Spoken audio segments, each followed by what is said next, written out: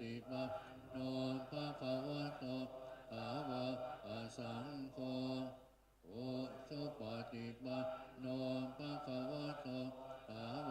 กสังโฆยะปฏิปันโนภะคะวะโตสาวกสังโฆมีจิปฏิปันโนภะคะวะโตสาวกสังโฆ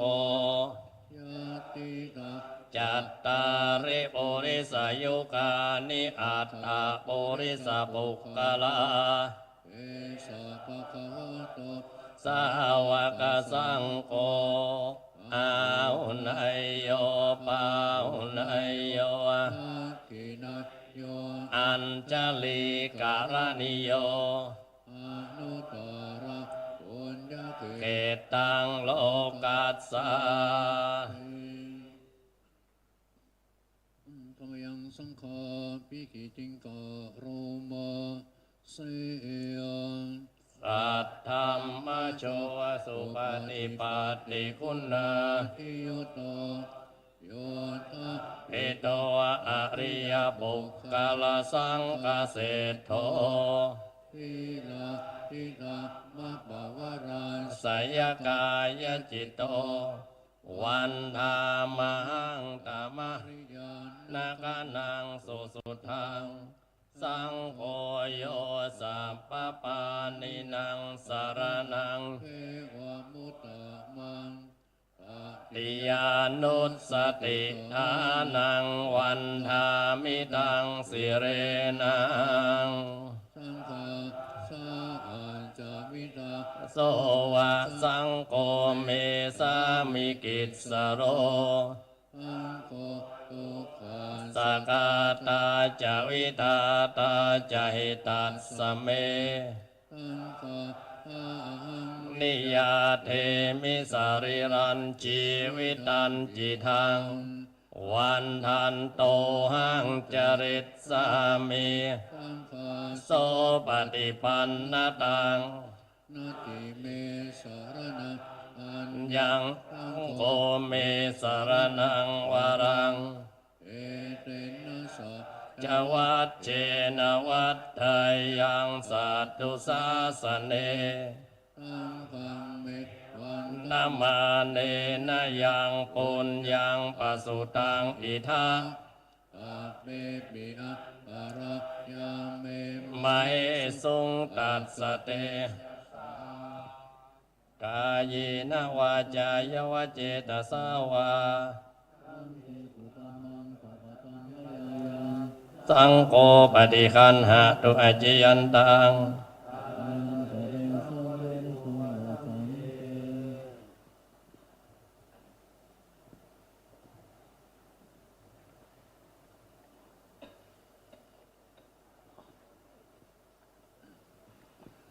ปริตวานเมตังสเมตาปะทันตาอวิคิสจิตาปริตังปะนันตุนาเคกาเมจารุเปคิริเสหรตเตจันตริเควิมาเนทิเปรเตจะคาเมตรุวนะอะเนอาวาสุมิ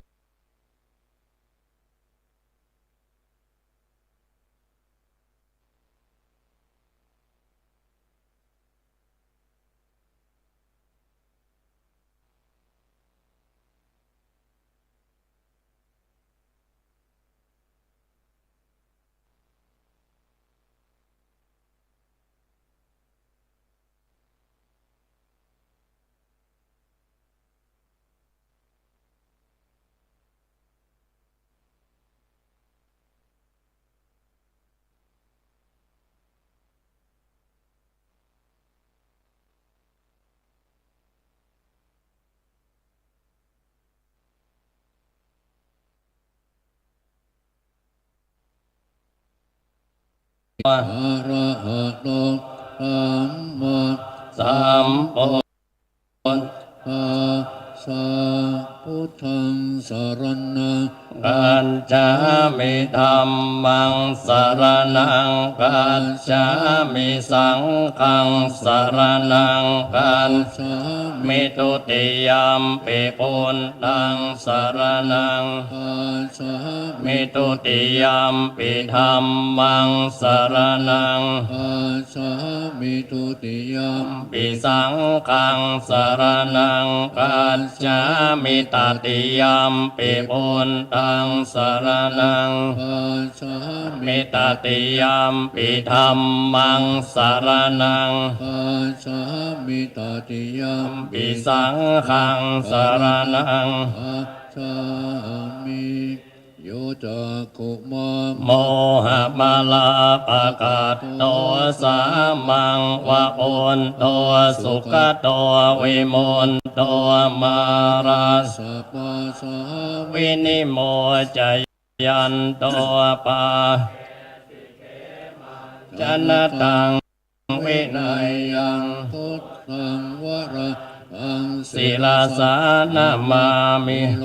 กา สนาตันจะวินัยยกันจะทัน เทชะสาเตอายเสติ อิโหนตุสัพพันตรายาจะวินาศสเมนตุ ธัมโม ทะโจโยวิยตัสสะสัต ตุตะเตสิโร โอกาสสวิสุนติมักกังนิยานิโกธัมมทารัสสะทาริสัตตาวะโห อันติกโร สุจินโนธัมมังวรันตังศิลาสานามามิ โมอัปปะทาลังอุป ปัสสันตตาหังตันเตสะสะเตชยเศรษฐิโหนตุสัม ปะอะระ ยาจาวินา อาเมนตุสัทธัมมเสนา นาสุขตานุโกโยโล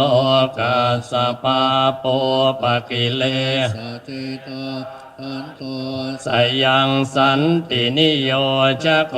จะสว่าง ภาตา ธัมมังวิทิตังกโรนติสังฆังวรันตัง ศิลาสา นามามิอนุโอนตังสมาสีลติทิงตันเต สาติอายเสติ ติโหนตุสัพพันตรายาจาวินา อาเมนตุนะโมอะระหะโต สัมมาสัมพุทธัสสะมะเหสิโนนะโมอุตตมะมาสสะวะ คาตาเสวะ เตนิต นะโม มหาสังกัสสะปิวิสุนตสีลติติโน นะโม โอมัตตยารัตตัสสะรัตนัตตยัสสะสาธุกัง นะโม โอมกาติตัสสะตัสสะวัตถุตยะ อภินะโมคาราปะปะเว นาวิกัจจันตุปัตตวานะ นะโมคารานุปะ เวนะสุวัตติโหนตุสัม ปะทานะโมคารา จเตเจนะวิติมมิโห มิเตชะวะภาวุเตวมนุสาจามะปาระนิ อาจินตยุงอากังกมานาเต โอทหะนะโรหิมะปารมุตตะ นังวันติทา นะดาเสวะนะอุทา จาจะปูชนียา นะเอตมะปารมุตตะมังปฏิรูปะเทสวาโสจะบุมตะกะตะปุญญาตะอันตะสัมมาปานิติติจะเอตะปารมุตตะมังภาหุสะจันจะสิปัญจะวินะยาสุสิกิโตสุภาติตาจะยาวัตเอตัมมะปารมุตตะมังมาตาปิตุอุปาทาโอตะลาตาสัพพะโออานาคุราจะกัมมะเอตัมมะป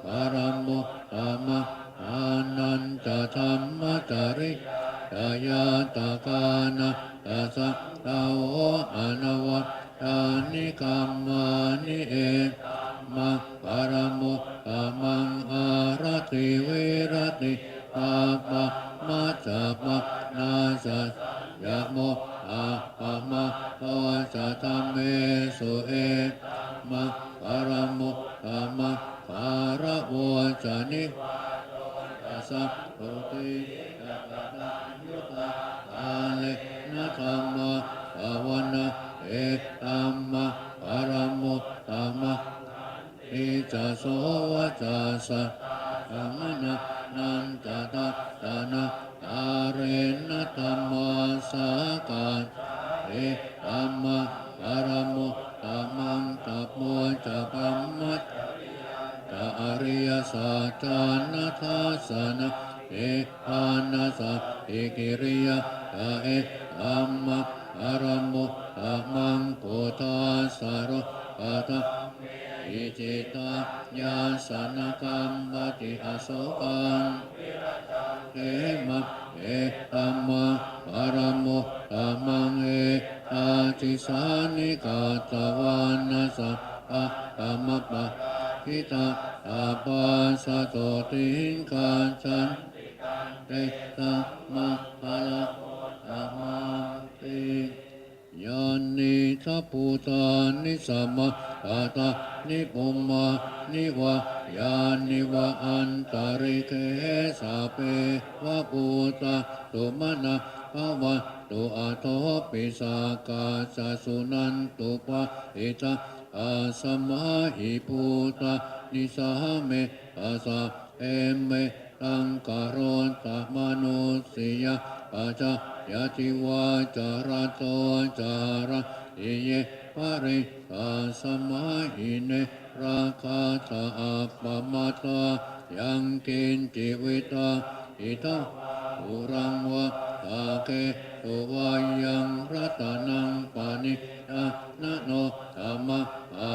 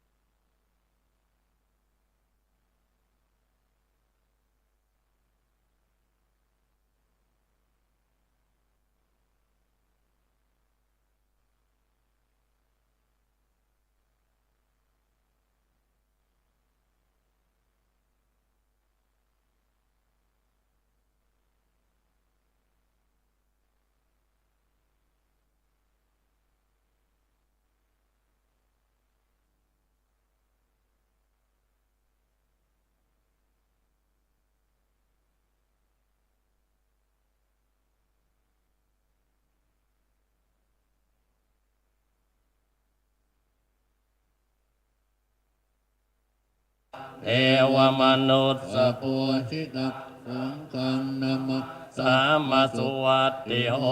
น กรณียมัสสะกุ กุ ส สะ เล เล น นยันตังสันตังปะทังอภิสัมเมจะสัพโกอุจูจะสุอุจูจะสุวโจจะสมุตุอนัตติมานี สันตุ สะโกจะสุปโลจะอัปปกิจโยจะสันเลากโอติสันตินตริโยจะนิปโค อาปะคะโอกุเร สุอนันตุกิตโตนะจะกุณตังสมาจาเร อินจิเยนะวิโยปะเร อุปวัฏยยงสุขิโนวาเกมิโนโหตุสัพเพสัต อาปะวะ ตุสุกิตัตตายเกจิปานะปูตัตติตาสาวาทาวราวาอนวเสสา ติกาวะ เยมหัน ทาวามัจจิมาราสกะอนุคาทุราติตาวะตาติตายิตาตุเร วสันติอวิทูเรอุตาวา สัมภเวสีวา สัพเพสัตตาปวันตุสุขิตัตตาย อโร ปรังนิโกเปตนาติมันเยตกัตตจินังกินจิวายา โลสนาปฏิ ติกสัญญานานยมันยัสสตุกามิสัยยมาตายธานิยัง โอตังอายุสะ เอกปุตตมนุรักเขเอวัมปิสัพพะโอเตสุมาณสัม ภาวะอิ อปริมาณัง เมต ตัญจะสัมปโลกัสสมิงมานะสัมปาวะเยอปริมาณัง โอตังอาโต จติริยันจะอสัมปาทังอเวรังอสัมปาทังติดทันจรังนิสินโนวา สายานุวายาวะ ตัสสวิกตเมโตเอตังสติงอติไทยพรัมมะเม สัพวิหารัง อิตามาอุติทินจะอนุปคัมมสีลวาทัสสเน สัมปัน กาเมสุวินัยยะเก นาอิทัพโอคะ ปัสสัยยังปุณเรติ เตวิรูปะเก หิเมเมตตังเมตตังเอราปะเทหิเมจัปปยา โอเตอิเม เมตตังเมตตังกันหาโคตมะเกหิจาปาทะเกหิเมเมตตังเมต ตังทิปา ทะเกหิเมจตุปาเทหิเมเมตตังเมตตัง ภาอุปาเตอิเมมา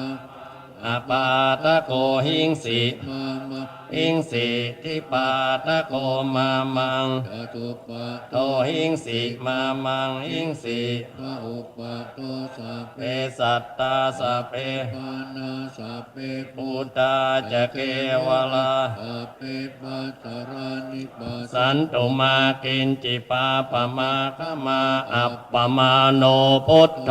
อัปปมาโนธัมโมอัปปมาโน สัพโอปะมะ นวันตานิสิริงสปานิไอวิจิกาสัตวดีอุณนานา ปิสารภูโมติกาอัตตา เมรักขากตาเมปริตตาปฏิกมันตุโอตานิโสหังนะโม ภะคะวะนะโมสั สัตตันนังสัมมาสัมพุทธานัง พะเปตายันตากุมา เอกราชาหริสวรรณโนปตวิปปาโสตังตังนามัสสามิหริสวรรณังปตวิป ปะปาสัง ตยัสสกุลตาวิหเรมุรัตติงเยพรัมมนาเวสกุสัพพธรรมเมเตเม นะโมเต จะมังปาลายันตุนามัตตุอุตตานังนามัตตุโอติยานุตตรังอาวัจจิตวา ธัมมะปะรัง สริตวาปุปปเกชิเนสัจจะปรมวัสสายสัจจะกิริยมกสสสันติปักกาอปัต ฐานะอ สันติปัฏฐา อวันจนามาตาปิตาจนิขันตาจาตเวตปฏิกรรมสาสัจเจกเตมหาปัจจริโตสิกิวัจเจสิโสรสกริสานิอุตตกังปัตตวาย ถาสิกขิสาเจนะ สมโมนัตติเอสาเมสัจจปารมี วิปัสสิสานามา ตุจักกุมันตัสสะสิเรมโตสิกิตสปินามัตตุสัพพะโอตานุกัมปิโนเวสสะอุสสนามัต ตุนาทกา สัตตปัสสิโนนามัตตุกกุสันตัสสมารเสนะปมัตติโน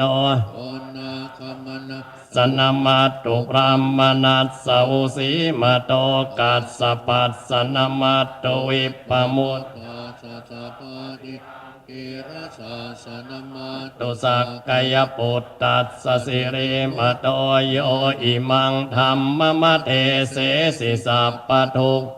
ปานุ นานังเยจาปินิปุตตาโลเกยตา โอตังวิปัสสิ สิสุงเตชนาอภิสุนามหันตาวิตาสารตา อิตังเท เทวมนุษย์ นานะยัง นามัสสันติโอตมังวิจจาจารณสัม มานังมา ตัง อาสาร ตังวิจจาจารณสัมปันนัง โอตังอาม ะโอตมันติ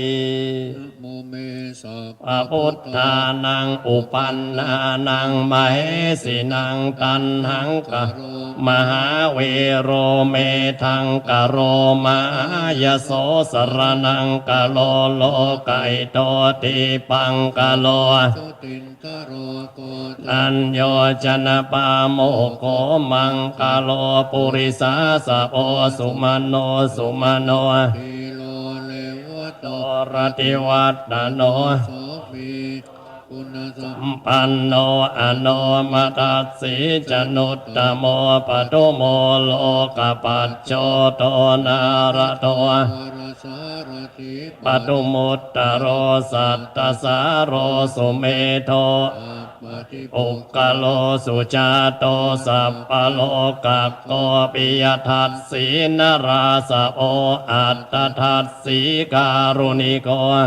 มาตัสสีตโมนุโทสิทธัตโท สัสสะโม โลเกติโสจวลตังวโลปุตโสจวลโทปุตโทวิปัสสีจาโน ปะโมสิกิสัพพย สัทธาเวสโอสุกตายโกกกุสัน โตปัตต วาโหโกนาคมโน นรันตโห กัสสะโปสิริสัมปันโนโกตโมสักกายปุงกโว เอเตตันเย จะสัมปุตตาอเนกสั ต ต ตะโกตโย สัพเพปุตตา สัมปันธานา มุตตมังสีหานาทังทัทันเต เตปริสาสุวิสาร ระตาพรหมจักกังปวัตเตนติโลเกอัปปติวัตติยังอุเปตาพุทธธรรมเมหิอัตถารไสยนายกาตวัตติงสลักกนุเปตา ติตายาน นุพยัญ ชนะปยามาปะ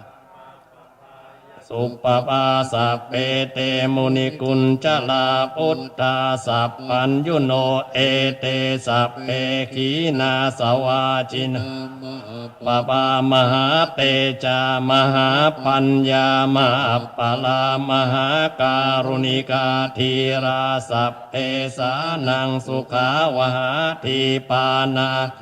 ปฏิทาจตานาเล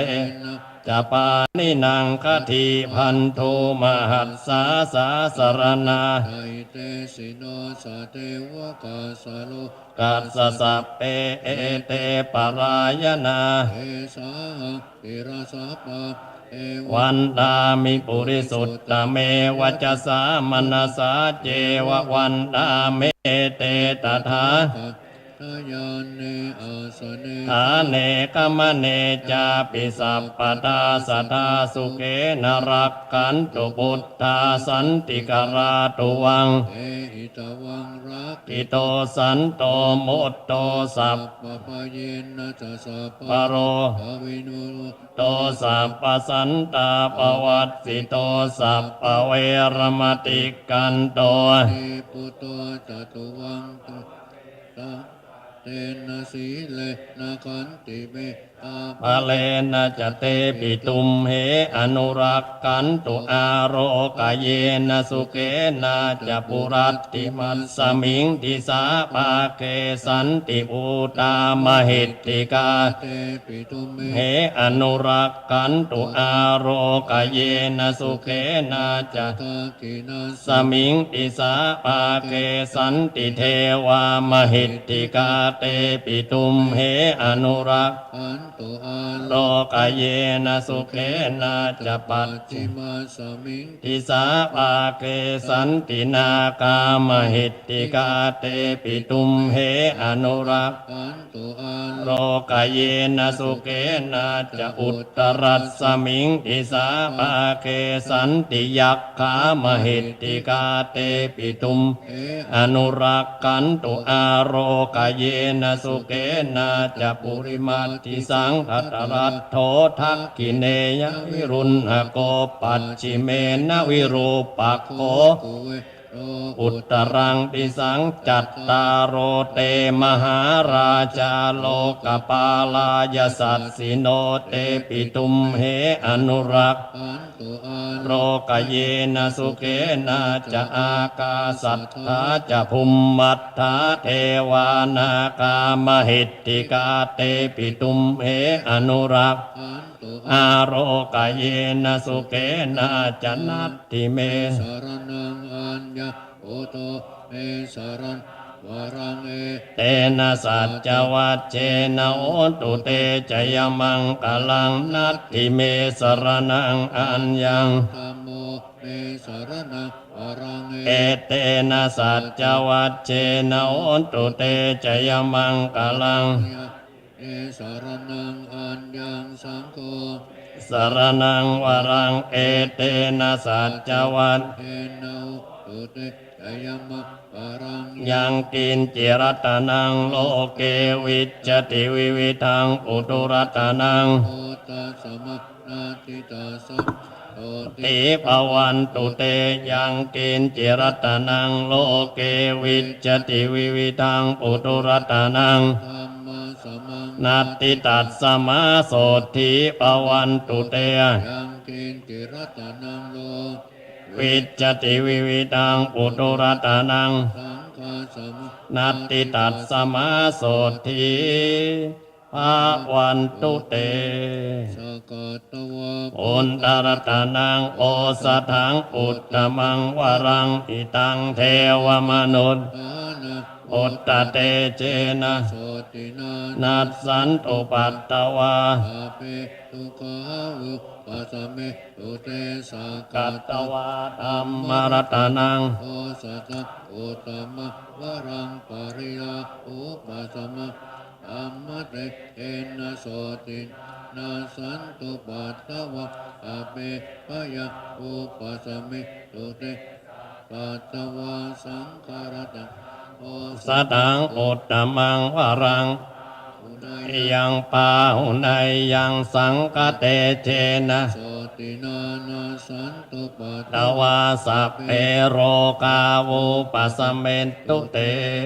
ยะโตหังปะกินิ อริยายจาติยาจาโตนาพิจานามิสันจิตจปานัง ชีวิตาวุโล เปตาเตนะสัจเจนะโสติเตโหนตุโสติคัปปัส สัพยะโตหัง ปกินิอริยายจาติยาจาโตนาพิจานามิสันจิตจปานัง ชีวิตาโอโล เ เปตาเตนะสัจเจนะโสติเตโหนตุโสติขับปัจจยโตหังปกินิอริยายจาติยา ชาโตนา พิจานามิสันจิตจะปานังชีวิตาโวโรเปตาเตนะสัจเจนะโสติเตโหนตุโสติกัปปัจจะโอดจังโกสติสัง ขา อัมมานังวิจโยตถาวิริยัมปิติปัสสัตติโอดจังกาจตถาปะเรสมาตุเปกะโอดจังกาสัตเตเตสัพพตา ทินามุนิสะธัมมตะ อาตาภาวิตาภาหุลิกตาสังวัตตันติ อภิญาณิปาน ายจะโอติยาเอเตนะสัจจวัจเจนะโสติเตโหนตุสัพพตาเอกัสสมิงสมัยเย ปาโต โมกขัลลานันจะกัสสปังกิลาเนตุกิเตติสวาโปจังเกสัตตเตสยิเตจะตังอภินันติตวาโรกา โอเตงโสตัง กเนเอเตนะสัจจวัง นาโสติเต โหนตุสัพพตา ทาธรรมระ จาปิเกรัญเยนะพิปิริโตจุนตัดเถเนนะตัญเย วะปนาเปตวานาสาตาธัม โมติตาวาจะอาปาตา ธรรม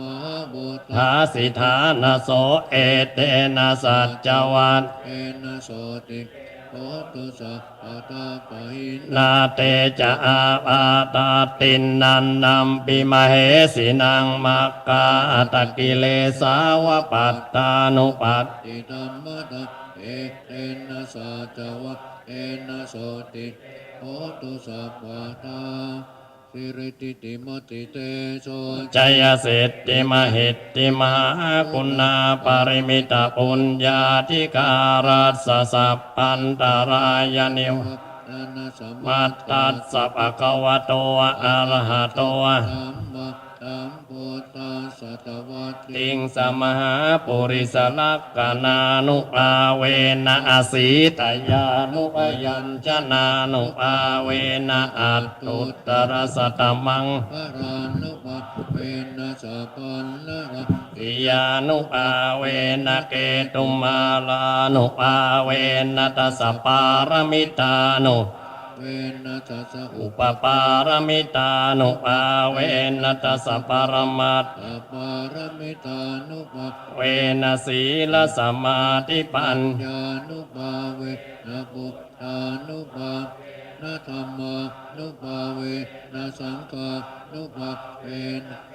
อานุภาเวนะอิทานุภาเวนะปารานุภาเวนะยะยะธรรมานุภาเวนะจตุราสีติสังอาทัพพะอันตานุภาเวนะนวโรโกตรธรรม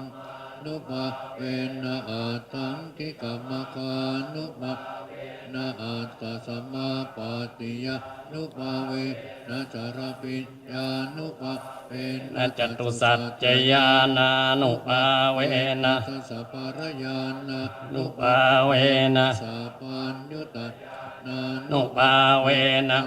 ตากรุณามุติตาอุเบก ขานุภา เวนะสัพพปริตตานุภาเวนะรัตนัตตยสรณานุ เวนะตุภะ สัพพโร ภะโสอุปาทวตุ กโตมนัสสุปายา สันติ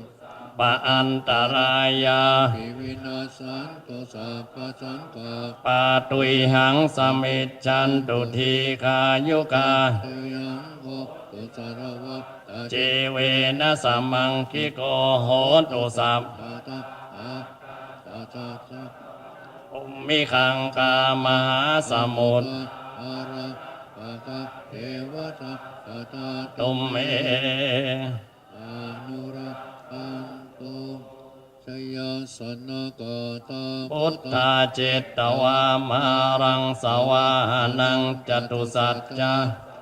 ระสังเยปิวิงสุนรา อาปาตันนังการาตโย อุตตาอัตตวิสตินายกาสัพเพปฏิทิตาไมหังมัตตะเกเตมุนิ สาราสีเส ปฏิติโตไมหังพุทโธธัมโมทวิโลจเน สังโฆปฏิติ โตไมหังอุเรสัพปคุณากโร เม อนุรุตโตสารีปุตโตจตักกิเน โอตัสโยปิติปะ กัสสมิงลาโนจวามะเกทักกิเนสวเน มายาอาสุอานัน นาลา อุโร กัสสะปุจมานาโมอุปาสุงวามโสตะเกเก สาโตปิติปะอาสามิงสุริยปะ ปะปังกะโล นิสิน โนสิริสัมปันโน โอปิโอมุนิ กโวกุมารกัสสะโปเทโรมเหสีจิตรวาตโกโสไมหังวัตเน เอตังปฏิ อาสิ คุณอารโปุณุอังคุลิมาตาอุปาเร นันตสีวลี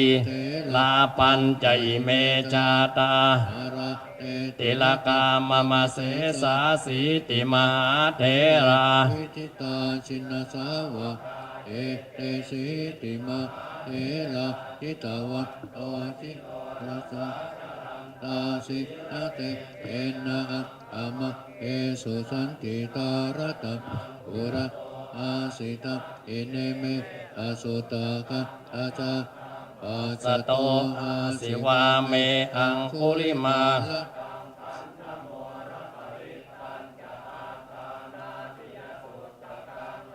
อาเส สัตานังอาสิเสสา ภาคาลาสันติตาอินานานาปารสัพยาสาตปาละลังกาตาวะอาปิตาติสันตาปาหิละอันตุปัตตวะอาเสสาวินะยันตุอาจินะอาสาวัสโตเมสาเกเตนะสตาพุทธปัญจาเรอินัมะจารมะตัมมิวิหาระตัมมะอิทาเรอัตตาปันเลตุมะอาเมเตมะปุริสาสัพมะอิเจวะมะโอสุโกโตปุราโคจินา นุ นุ ปาเวนะจิตุปัตตโอธรรมานุปาเวนะจิตา ริสะโอสังฆา นุ นุ ปาเวนะจิตันตรา โยสะธรรมะนุ ปาวะปา ลิโตอารามิจินาปั อันทะเรติ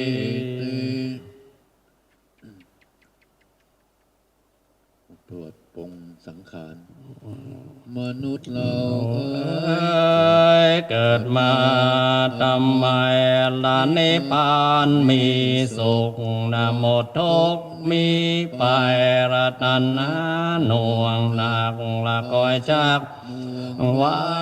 จนไปไม่ได้ตัณหาผูกพันละห่วงนั้นพันผูกห่วงลูก เมืองร้อน ห่วงทรัพย์สลิงคารสละมันเถิดชีวิตประเสริฐหยุดเกิดนิพพานกำอ้นสงสารละสังขารไปละยามเมื่อหนุ่มสาวรูปเจ้าก็งาแก่ลงงุ่มงามไม่งามตรงหนาเอ็นใหญ่900เอ็นน้อย9,000ละช่วยยึด สังขาร ของท่านเอาไว้หนาวมากร้อนมากก็อยากจะตายต้องกินต้องถ่ายวุ่นวาย ทั้งวัน คนคิ้วก็ขาวตาเจ้าก็มัวเส้นผมบนหัวงอกทั่ว ถึงกัน เพิ่งเร่งภาวนาอย่าช้าเร็วพลันลายเห็นสังขารเราท่านเกิดมาเป็นอนิจ จัง ทุกขังอนัตตาสร้างแต่ ปน ภายทุกข์ทนละชีวิต ต้องตายต้องกลายเป็นผีลูกผัวที่มีเขานี้ สับสน ไปเน่าปุกพองพี่น้องทุกคนและเขาช่วยกันคนร่างต้นเอา ไป บวกญาติพี่น้องห้ามล่องสู่เมนลำบากยาก เข็น หลังเม่นนอนใจและต้องถูกไฟไหม้ย่างบนกองฟอนเป็นที่ แน่นอน มาตอนเจ้าตายโลกโมโทสารของฉันของแกสิ่งใดไหนแน่เที่ยงแท้จะนายทรัพย์สินเงิน ต่อ เป็นของนอกกายเอาไปไม่ได้ทิ้งไว้ทุกคนละสมบัติทั้งมวลเรือกสวน ไล่นา ที่เจ้าอุตสาห์ทำมาแต่ตนละใจเป็นเจ้าของจะเอาติดตนละมันไม่ มีผลให้ คนอื่นไปลังเอินบาทหนึ่งนานลูกหลานใส่ปากสับปะเรอยังควักไม่อยาก ให้ใช้ ในธนาคารลูกหลานเอาไปละต่างแย่งแบ่งใช้หมดไปไม่ นาน มนุษย์เราเกิดองค์นักเลยเป็นกรรมก่อเกยสร้างเวย สังขาร จงรีบนำบุญละกำจุนศีลทานมุ่งสู่นิพพาน ด้วยกันทุกคนละอาหารวันตามีสัพพะโสนิพพานะปัจจโยโหตุสัพพะทาละสังขารร่างกายต้องตายเป็นผีอยู่ใน โลกนี้ ไม่มีแก่นสารทรัพย์สินเงินทองเป็นของสา ทาน ไม่ใช่ของท่านลูกหลานต้อง ละ อย่ามัวประมาทโอกาสยังมีอย่าห่วงโลกีจะมี อันนะโลก นี่แท้จริงและเป็นสิ่งมายาเป็นสิ่งลวงตาใจว่าจิรังละสังขารร่าง กา อยู่ไม่กี่ปีก็ตายเป็นผีไม่มีความหวังเกิดแก่เจ็บตายร่างกายผุ วัง ทุกวันเดินทางสู่ยังกองฟอนจะห้ามไม่ฟังละจะรั้งไม่หยุดละเป็นสิ่งสมมติตามพุทธาสอนอำนาจใดใดละ อย่าไปวิง วอนให้ช่วยเราตอนที่วันสิ้นใจละสังขารเรานี้เป็นที่สังเวชมันเป็นสาเหตุสังเกต เอาไว้ เดี๋ยวร้อนเดี๋ยวหนาวปวดร้าวอะไรแล้วหิวอิ่มเกินไปก็ไม่อยู่นานหนาวก็จะตายร้อนไปก็จะแย่ลำบากแท้แท้ๆนี่แหละ สังขาร ต้องกินต้องถ่ายทนไปทุกวันละดูหน้าสงสารคิดกันให้ดีสังขารร่าง กา ตัวไปเน่าเหม็นมีของกากเด่นมองเห็นทุกที่ไหลเข้าไหลออกย้อนยอก มากมี ล้วนเป็นสิ่งที่มีอยู่ทั่ว กัน น้ำเลือดน้ำน้องล้วนของปฏิกูลไหลมาเป็นมูลพอกูลหลาย ฉัน ข้างนอกเน่าเหม็นมองเห็นทุกวันละอีกข้างในนั้นรวนชันไม่ งาม สังขารร่างกายไม่ใช่ตัวตนและเกิดมาเป็นคนไม่พ้นโดน หา ต้องนอนเปลือยกายให้ไฟลุกลามเมื่อเจ้าโดน หา ชูเชิงตะกอนผู้ดีเข็นใจละก็ตายเหมือนกัน อย่าลงสังขารโปรงกัน ไว้ก่อน ลูกหลานหญิงชายส่งได้แน่นอนก็แค่กอง พอ แล้วย้อนกลับมาสังขารร่างกายล้วนตายเป็นศพถูกแผ่นดินกลบอยู่ในป่าช้าหมู่นอนจอนชัยละตอมไต กายะ เป็นเหยื่อนกกาหมูม้าในดงดากระดูกเกลื่อนกลาดเรียราด ต่อไป เอ็นเล็กเอ็นใหญ่ไร้จุดประสงค์ต้องถูกทอดทิ้งนอนกลิ้งใน ดง เป็นป่ารกพงเฝ้าดงกันดานกระทำให้แจ้งเจาะแทงตลอดให้จิตนี้ปลอดหลุดรอดสังขารหยุดความกระหายมุ่งไปนิพพานสังขารตัวกันโดยเถิดจะได้หยุด เกิด มันไม่ประเสริฐตราบใดยังเกิดอยู่ใน สงสาร จงรีบภาวนาเพื่อละอัตตาข้ามบน มายะ ตัวหน้ากันเธอ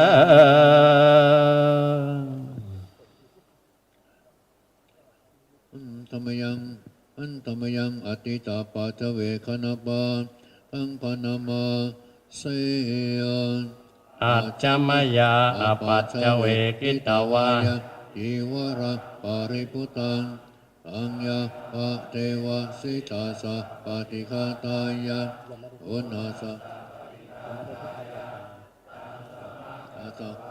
ตปาสิริงสัพพะสัมปัสสานัง ปฏิฆาตายะยาวะเอวะอิริโก โอปินาปฏิชาตนาทัง ยาอปา เจเวกิตวา โยปินทบะโอปาริพุโตโสเนวะทวะ ยานามัทายานามันตานายานาวิภูสนายะ ยาวะเอวะอิมัสสะกาย ยาสัตติติยายาปนายวิงสุปารติยา ธรรมจาริยานุกายะอิติปุนานะกเวทนา ปฏิหังกามินวันจะเวทนังนาอุปาเทสามิ ยาตราจะเมปะวิสติอนวัตอะปะตุวิหารโรยาติอัจฉมยาอปา เจเวกิตวา เตนะอานะปาริพุตังอังยาปะเทวะสิตาสะปฏิฆาตายะอุณาสะปฏิฆาตายะทังสมะปัสสวะตาตบะ สิริงสัพพะสัมปัสสานังปฏิฆาตายะ ยาวะเทวะอุตุปริ สยาวิโนทนังปฏิสันลาลาลามัทธัง อาชมยาอปาจเวคิ ตวาย กิรานะปัจ จยาเอจัจจปริง คาโรปาริพุโตโอยาวะ เทวะอุปันนานังวายาปาติกานังเวทนานัง ปฏิฆาตายะ อัปปยาปัจจะปรมัตถายาติ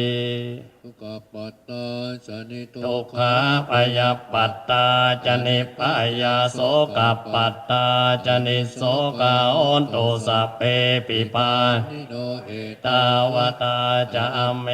สัมปทังบุญญาสัมปทังสัพเพเทวานุโม ทันตุสัพ ปสัมปติสิทธิยาทานังททันตุสัตตายสีลังลัก ทันตุสัพพะทาปาว วนาวิรตาโหนตุกัจจันตุเทวตากตา สัพเพพุทธาป รัปปัตตาปัจเจกานันจะยัง พรังอ รันตานันจะเตเชนารักขังปันธา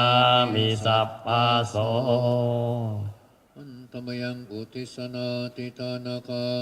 อโยปานามาเสย อิมินาบุญญากรรมเมนะอุปัจจยาคุณุตตรา อาชาริโยอาการลาจากมาตาปิตาตายาตากาปิยามะมะโอริโยตันติมาลาตาคุณวันตานาราปิจาธัมมะมะตาจาอินตาตะตุโรกปาตาเทวตายะโมมิตามนุสาจามาจัเวริกาปิจา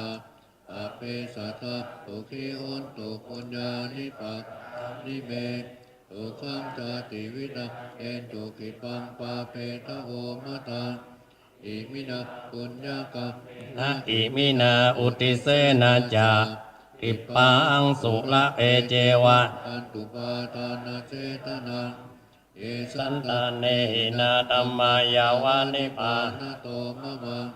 นาสันตุสัพพะทาเอวะ ยะตาจาโตภเวภเว อุชุติตาตาติปัญญาทันเรโกวิริยามินา มาราลปันตุโนกาสังกาตุนจาวิริเยสุเม พุทธาทิภาวโรนาโตธัมโมนาโตวารุตตโม นาโตปัจเจกพุตโตจะสังโฆนาโทตโร มะมัง เตสุตัมมานุภาเวนะ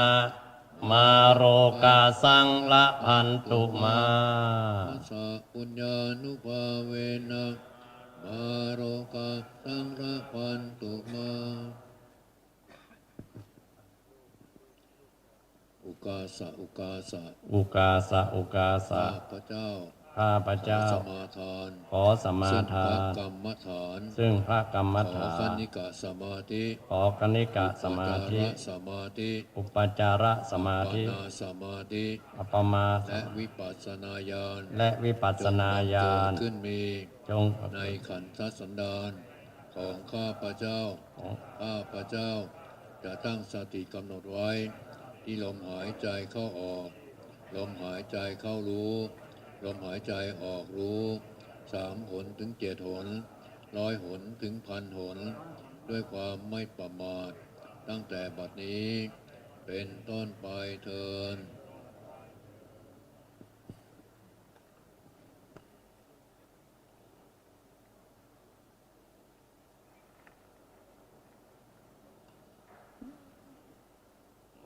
ปฏิบัติของใครก็ของใครไปก่อนเนาะ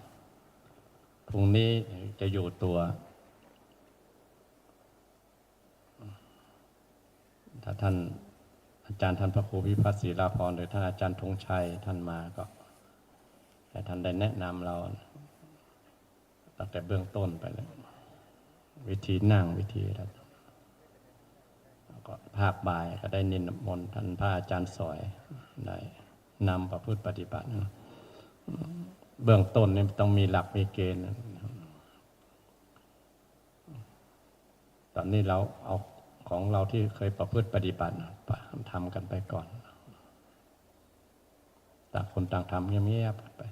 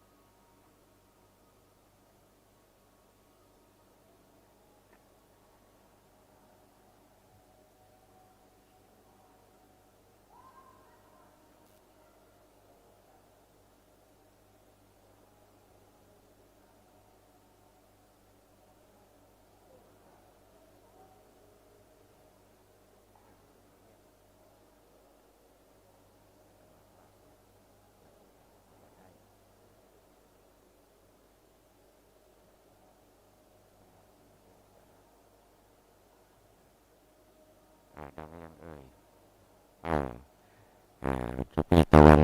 เจ้าหน้าที่เพิ่นก็กำลังปรับปรุงเครื่องอยู่เนาะในตะกี้ที่ว่าขณะนี้พระเจ้าประสงค์ครูบาอาจารย์ที่มาประพฤติวัดปฏิบัติธรรม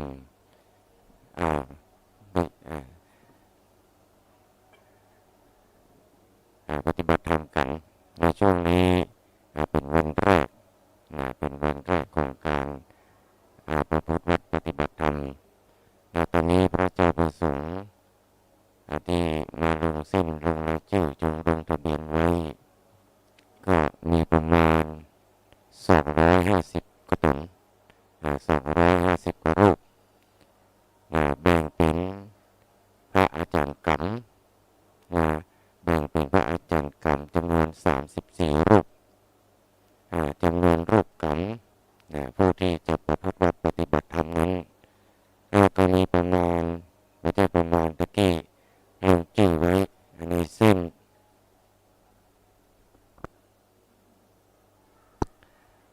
มีอยู่200 สาว200 สาวตนสามเณร1 ตน 1 รูปแล้วก็ผู้ประพฤติปฏิบัติธรรมตะกี้มาลงทะเบียนสำหรับเป็นอุบาสกอุบาสิกาที่ประพฤติปฏิบัติธรรมกันนั้นที่ลงทะเบียนไว้12 ท่านด้วยกันแต่ว่าอาตมาภาพพอแล้วแต่ที่เป็นนั่งสมาธิกันในธรรมศาลานี่นะในธรรมศาลานี่มีประมาณ30คนละแต่ว่าลงทะเบียนแค่12ลงทะเบียนแค่12ตุอาจารย์กำ34 35ถึงเจ้าหน้าที่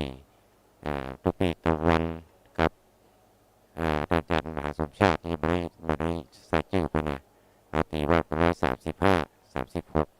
รวม200 สาวก็รวมแล้วก็เป็น251 ตนเนาะ52 ตนด้วยกันสามเณร1 รูปอุบาสกอุบาสิกาที่ลงทะเบียนเฉยๆที่ลงทะเบียนไว้ประมาณ12 ท่านด้วยกันแต่ว่าความจริงเป็นจริงแล้วเนี่ยมีนักกว่านั้นที่หันภาพอยู่เนี่ยในศาลาที่หันในทาง Facebook ไลฟ์เนี่ยใน Facebook ของวัดไฟหินเนี่ยถ้าใครเปิดดูFacebook วัดไฟหินก็จะหันว่ามีสาว30 คนด้วยกันแต่ว่าเพิ่นมาปฏิบัติธรรมเนี่ยส่วนใหญ่เพิ่นก็จะมาคนที่มีเวลาว่างตอนไหนก็มาตอนนั้นที่ว่า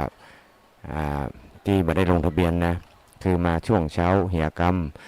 ช่วงเช้าบ่ว่างก็มาช่วงบ่ายช่วงบ่ายบ่ว่างก็มาตอนเย็นอย่างเงี้ยเนาะอย่างนั้นก็มันจำนวนคนไปปิกนี่ก็นักอยู่มาทำวัดเจ้าทำวัดแรงช่วยบ่ได้กลางวันก็ปิกไปบ้านไปจองไปทำงานก็มีบางท่านบางคนก็มาเฉพาะตอนเย็นซึ่งเวลาตอนเย็นเนี่ยเราจะเริ่ม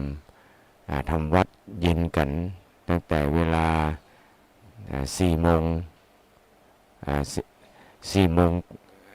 ตีละครั้งเมื่อกี้เนาะ4 โมงครึ่ง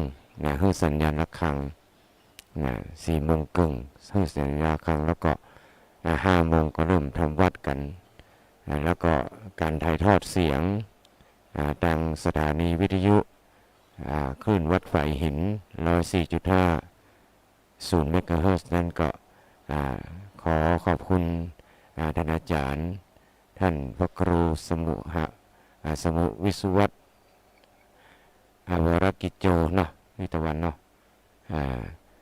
ก็เพิ่นถวายเวลาเพิ่นมอบเวลาให้ก็ขอขอบคุณในเมตตาท่านอาจารย์ที่ให้เวลากับวัดมนต์ฤาษีถ่ายทอดเสียงถ่ายทอดสดเฟซบุ๊กไลฟ์ตัวทุกงานท่านอาจารย์เพิ่นก็นำลูกศิษย์ลูกหาเจ้าหน้าที่มาช่วยเป็นเวลาหลายปีแล้วอันนี้ก็ขอกราบเมตตาถวายความเคารพเป็นอย่างสูงแล้วก็ช่วงนี้เครื่องเสียงก็ยังแบบมาพร้อมตั้งใดเนาะเครื่องเสียงก็แบบพร้อมตั้งใดเพราะว่ามันมาจากโคราตี้เนาะอันหนึ่งมาจากเชียงใหม่เนี่ยเครื่องเสียงเปิ้นดีอย่างเนี้ยเปิ้นคุณภาพเปิ้นดีอยู่แล้วเปิ้นต่อเชื่อมได้ทุกเครื่องเสียงแต่ว่าพอมาต่อกับเครื่องเสียงของวัดมนต์ฤาษีเนี่ยมันเป็นเครื่องเสียงที่ตัดแต่งเองตัดต่อกันเองมีช่างไม่ใช่ช่างแต่พอประทำได้ว่าเสียงที่กระจายภายในวัดบริเวณของแก้วอารามเนี่ยก็พอใช้ได้ใช้ได้อยู่แต่ว่าพอมาเชื่อมกันปรากฏว่าเสียงมันบักเข้าเสียงคลื่นมันบักเข้า นะมันเป็นวงวังกล้องก็มีอย่างใดก็มีขาดหายเนาะอันเนี้ยก็เลยว่านะปรึกษาหารือกันนะว่าเขาเอาเครื่องมาตั้งเครื่องตั้งนอกที่เป็นเครื่องของลูกศิษย์ลูกหาของท่านอาจารย์พระครูอภิวัฒนวิกรมเนี่ยเอามาตั้งบดีว่านะแต่ว่าการประพฤติวัดปฏิบัติธรรมเนี่ยมันใช้เวลานักมันใช้เวลาเมิน10 วัน10 คืนเอาเครื่องคนมาก็ยังว่าเนาะต้องติดต่อไว้ก่อนตอนนี้ก็บอกว่าย้ายจากวัดปักตังเจริญเก็บไว้หรือยังนะแล้วก็ตอนนี้กำลังจะปรึกษาหารือกันว่าถ้าออกวิทยุบ่ได้ตะบีตะวันเจ้าหน้าที่เพิ่นก็พยายามแก้ไขแก้ไขให้มันกล้องด้วยการนำเอาไมค์ไปไว้ที่หน้าลำโพงถ้าไปออกลำโพงมันก็มาเป็นอย่างมันมีปัญหาแต่ว่ามาตั้งค่าเสียบเครื่องต่อเครื่องเชื่อมกันสัญญาณมันมาสัญญาณมันมาดังนั้นก็ขออภัยเจ้าหน้าที่ทุกฝักทุกฝ่ายแล้วก็ขออภัยกับบรรดาผู้ฟังผู้ฝ่ายศีลฝ่ายธรรมทุกท่านด้วยเนาะตอนนี้ทุกเจ้าเพิ่งนั่งสมาธิเงียบปิงตอนนี้ยังสวดเข้าปริวาสยังมาเสร็จเนอะอย่าเดิมเนอะเหลือประมาณประมาณ40 กว่ารูปด้วยกัน40 กว่ารูป45 รูปประมาณนั้น40 กว่ารูปนะเป็นสวดกันจนถึงน่าจะถึง2 ทุ่มพุ่นนะเนาะวันนี้ก็เลยมาแน่ใจว่ากิจกรรมช่วงต่อจากนี้ไปเนี่ยหลังจากนั่งสมาธิแผ่เมตตากันเรียบร้อยแล้วก็จะได้ถวายน้ำปานะแล้วก็ปกติแล้วประมาณ2 ทุ่ม2 ทุ่มตรงเนี่ยจะให้สัญญาณระฆังให้มารวมตัวกันทำกรรมหนึ่งให้ไปพักผ่อนประมาณครึ่งชั่วโมงชั่วโมงหนึ่งหรือว่าครึ่งชั่วโมงประมาณนั้นแล้วก็จะได้สัญญาณระฆังให้พระเจ้าพระสงฆ์ญาติโยมทั้งหลายที่มาประพฤติวัดปฏิบัติธรรมกันโดยทุกเจ้าร่วมกันเนี่ยมาฟังเทศแต่ว่าวันนี้เนี่ยมันเป็นวันแรกกิจกรรมการทำสังฆกรรมทางด้านอุโบสถกันหมดแล้วเตื้อจนพุทธ2-3น่าจะ2 ทุ่มปลายพุทธจะเสร็จเนาะฉะนั้นก็ช่วงนี้ก็กิจกรรมที่ตามตารางจริงๆก็ยังมาเกิดเตื้อฉะนั้นตั้งแต่วันพรุ่งนี้พุทธพรุ่งนี้ตั้งแต่ตี 3เป็นต้นไปจะได้ถ่ายทอดเสียงแล้วก็ถ่ายทอดทางFacebook ไลฟ์จนถึงเวลา 9 โมงเสร็จกิจกรรมทางศาสนาตักบาตรอย่างเรียบร้อยตักบาตรเรียบร้อยอย่างฮือปอนกันเรียบร้อยบอกตักบาตรทุกเจ้านำบาตรไปทำภัตกิจไปฉัน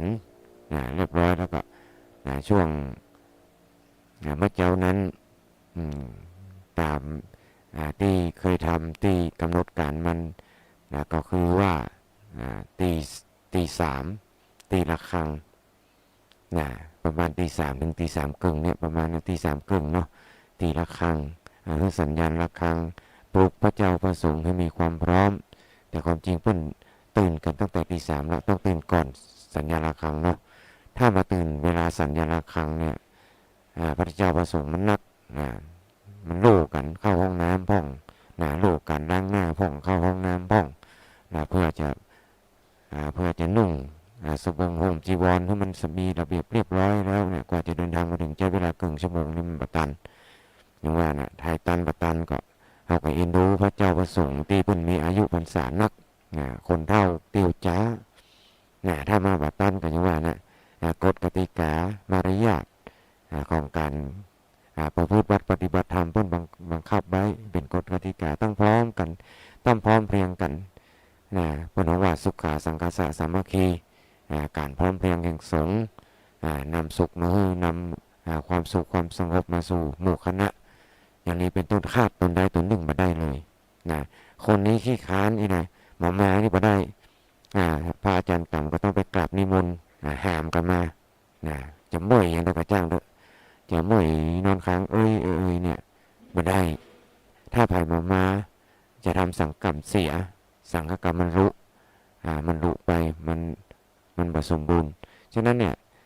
การเข้ากรรมหลวงเนี่ยจะขาดคนใดคนหนึ่งไม่ได้เลยที่อยู่ในวัดในวาทั้งฝ่ายปกตตาจารย์ฝ่ายพระที่เป็นปกติเป็นที่อาจารย์ควบคุมทั้งฝ่ายลูกกรรมที่มาเข้ากรรมจะขาดคนใดคนหนึ่งมาได้เนี่ยจะขาดคนใดคนหนึ่งมาได้เลยถ้าขาดคนใดคนหนึ่งกรรมเสียทันทีรู้ สมควรแก่เวลา ตอนนี้เนี่ย แผ่เมตตา หลวงพ่อเป็นแผ่เมตตาเนาะว่าตัวเนี่ย ก่อนจะแผ่แล้วก็นึกถึง ภาพสัญลักษณ์ของพุทธองค์พระบทพระบาทพระธาตุเจดีย์หรือพุทธรูปปางต่างๆน้อมนึกถึงบุญที่เราสวดมนต์อ้างเอาคุณเหล่านี้ซึ่งมีคุณอันนับไม่ได้ประมาณไม่ได้ ปรากฏในขันธปริตอัปปมาโนพุทโธอัปปมาโนธัมโมอัปปมาโนสังโฆนึกโมเมเอานะว่าเราไม่ใช่เราแผ่ให้ตัวเองเราอ้างเอาคุณทั้งหลายแต่เรากลับลูกตาเข้ามาข้างในแผ่ให้กับตัวเราเองนะอหังสุกิโตโหมิ อหังสุขิโตโหมิ ขอให้ข้าพเจ้า ขอให้ข้าพเจ้า จงมีความสุขเถิ จ ด งมีความสุขเถิด อหังนิตตุโขมิ อหังนิทุโขโหมิ ขอให้ข้าพเจ้า ขอให้ข้าพเจ้า ปราศจากความทุ ป กข์ ราศจากความทุกข์ อหังอเวโรมิ อหังอเวโรโหมิ ขอให้ข้าพเจ้า ขอให้ข้าพเจ้า ปราศจากเว ป ร ราศจากเวร ปราศจากภัย ปราศจากภัย อหังอัปพยา อหังอัปปยา ปัจโชมิ ปัจโชโหมิ ขอให้ข้าพเจ้า ขอให้ข้าพเจ้า ปราศจากความพยาบา ปรา ท ศจากความพยาบาท ปราศจากความเบียดเบีย ปราน ศจากความเบียดเบียน อหังอนิโคมิ อานิโกโหมิ ขอให้ข้าพเจ้า ขอให้ข้าพเจ้า ปราศจากความทุกข์กายทุกข์ใจ ปราศจากความทุกข์กายทุกข์ใจ สุขีอัตตานัง สุขีอัตตานัง ปาริหารามิ ปริหารามิ ขอให้ข้าพเจ้า ขอให้ข้าพเจ้า จงมีแต่ความสุขกายสุขใจ มีแต่ความสุขกายสุขใจ รักษาตนของข้าพเจ้า หาตนของข้าพเจ้า ให้พ้นจากทุกภัยทั้งสิ้นเถิ ให้ ด พ้นจากทุกภัยทั้งสิ้นเถิด เราส่งความปรารถนาดีให้แก่กายแก่ใจเรายังไงเราแผ่ให้ตัวเองยังไง ก็ส่งความปรารถนาดีอย่างนั้นไปยังสรรพสัตว์ทั้งหลาย เป็นกลุ่มๆเป็นจำหมู่12 จำพวก สัพเพสัตตา เปสัตตา หมู่สัตว์ทั้งปวง สัตว์ทั้งปวง สัพเพปานา เปปานา หมู่สัตว์ที่มีลมปราณทั้งปวง สัตว์ที่มีลมบานทั้งปวง สัพเพปุคลา เปปุครา บุคคลทั้งหลายทั้งปวง คนทั้งหลายทั้งปวง สัพเพอัตตภาวะ เปอัตตาภาวะ ปริยาปันนา ปริยาปนา หมู่สัตว์เกี่ยวเนื่อง สัตว์เกี่ยวเนื่อง โดยอัตภาพ โดยอัตภาพ รมปราณทั้งปวง บานทั้งปวง สัพพะอิทธิโย ปาอิติโย สตรีทั้งหลายทั้งปวง สตรีทั้งหลายทั้งปวง สัพเพปุริสา เปปุริสา บุรุษทั้งหลายทั้งปวง ทั้งหลายทั้งปวง สัพเพอริยา เปอริยา พระอริยเจ้าทั้งหลายทั้งปวง อริยเจ้าทั้งหลายทั้งปวง สัพเพอนาริยา เปอนาริยา ปุถุชนทั้งหลายทั้งปวง ชนทั้งหลายทั้งปวง สัพเพเทวา เปเทวา หมู่เทวดาทั้งหลายทั้งปวง เทวดาทั้งหลายทั้งปวง สัพเพมนุษสา เปมนุษย์สา หมู่มนุษย์ทั้งหลายทั้งปวง มนุษย์ทั้งหลายทั้งปวง สัพเพวินิปาติกา เปวินิปาติกา หมู่สัตว์นรกทั้งหลายทั้งปวง สัตว์นรกทั้งหลายทั้งปวง อเวราโหนตุ เวลาโหนตุ จงเป็นสุขเป็นสุขเถิด เป็นสุขเป็นสุขเถิด อย่าได้มีเวรมีภัย อย่าได้มีเวรมีภัย แก่กันและกันเลย แก่กันและกันเลย อัปปยาปัจจาโอนตุ พยาปัจจาโหนตุ จงเป็นสุขเป็นสุขเถิด เป็นสุขเป็นสุขเถิด อย่าได้มีความพยาบาท อย่าได้มีความพยาบาท เบียดเบียนกันเลย เบียดเบียนกันเลย อนีคาโอนตุ นิคาโหนตุ จงเป็นสุขเป็นสุขเถิด เป็นสุขเป็นสุขเถิด อย่าได้มีความทุกข์กายทุกข์ใจเลย อย่าได้มีความทุกข์กายทุกข์ใจเลย สุขีอัตต ตานัง ขีอัตตานัง ปาริหารันโต ปริหารันโต ขอให้สรรพสัตว์ทั้งหลาย สรรพสัตว์ทั้งหลาย ทุกจำพวก ทุกจำพวก ทุกตัวตน ตัวตน ไม่มีที่สุดไม่มีประมาณ จงมีแต่ความสุขกายสุขใจ มีแต่ความสุขกายสุขใจ รักษาตนของตน รักษาตนของตน ให้พ้นจากทุกภัยทั้งสิ้นเถิ ให้ ด พ้นจากทุกภัยทั้งสิ้นเถิด ในบรรดาสรรพสัตว์ทั้งหลาย12จำพวก เราแผ่ยกมาจำพวกที่หนึ่งคือสัพเพสัตตาสัตว์ทั้งหลายอันไม่มีที่สุดไม่มีประมาณแผ่เป็นทิศๆไปนะทิศแบบบวกแบบแล้วก็คูณอีกทีแล้วข้างล่างข้างบน10 ทิศปุรัตติมายา รัตติมายะ ทิสายา สายะ สัพเพสัตตา เปสตา สุขิโอนโต มิโหนโต ขอให้สรรพสัตว์ทั้งหลาย สรรพสัตว์ทั้งหลาย อยู่ทิศตะวันออก อยู่ทิศตะวันออก จงเป็นสุขเป็นสุขเถิด เป็นสุขเป็นสุขเถิด ปัจฉิมายา ทิมายะ ทิสายา สายะ สัพเพสัตตา เปสตา สุขิโอนโต มิโหนโต ขอให้สรรพสัตว์ทั้งหลาย สรรพสัตว์ทั้งหลาย อยู่ทิศตะวันตก อยู่ทิศตะวันตก จงเป็นสุขเป็นสุขเถิด เป็นสุขเป็นสุขเถิด อุตตรายา ตรายะ ทิสายา สายะ สัพเพสัตตา เปสตา สุขิโอนโต ขีโหนโต ขอให้สรรพสัตว์ทั้งหลาย ให้สรรพสัตว์ทั้งหลาย อยู่ทิศเหนือ อยู่ทิศเหนือ จงเป็นสุขเป็นสุขเถิด เป็นสุขเป็นสุขเถิด ทักกินายา กินายะ ทิสายา สายะ สัพเพสัตตา เปสตา สุขิโอนโต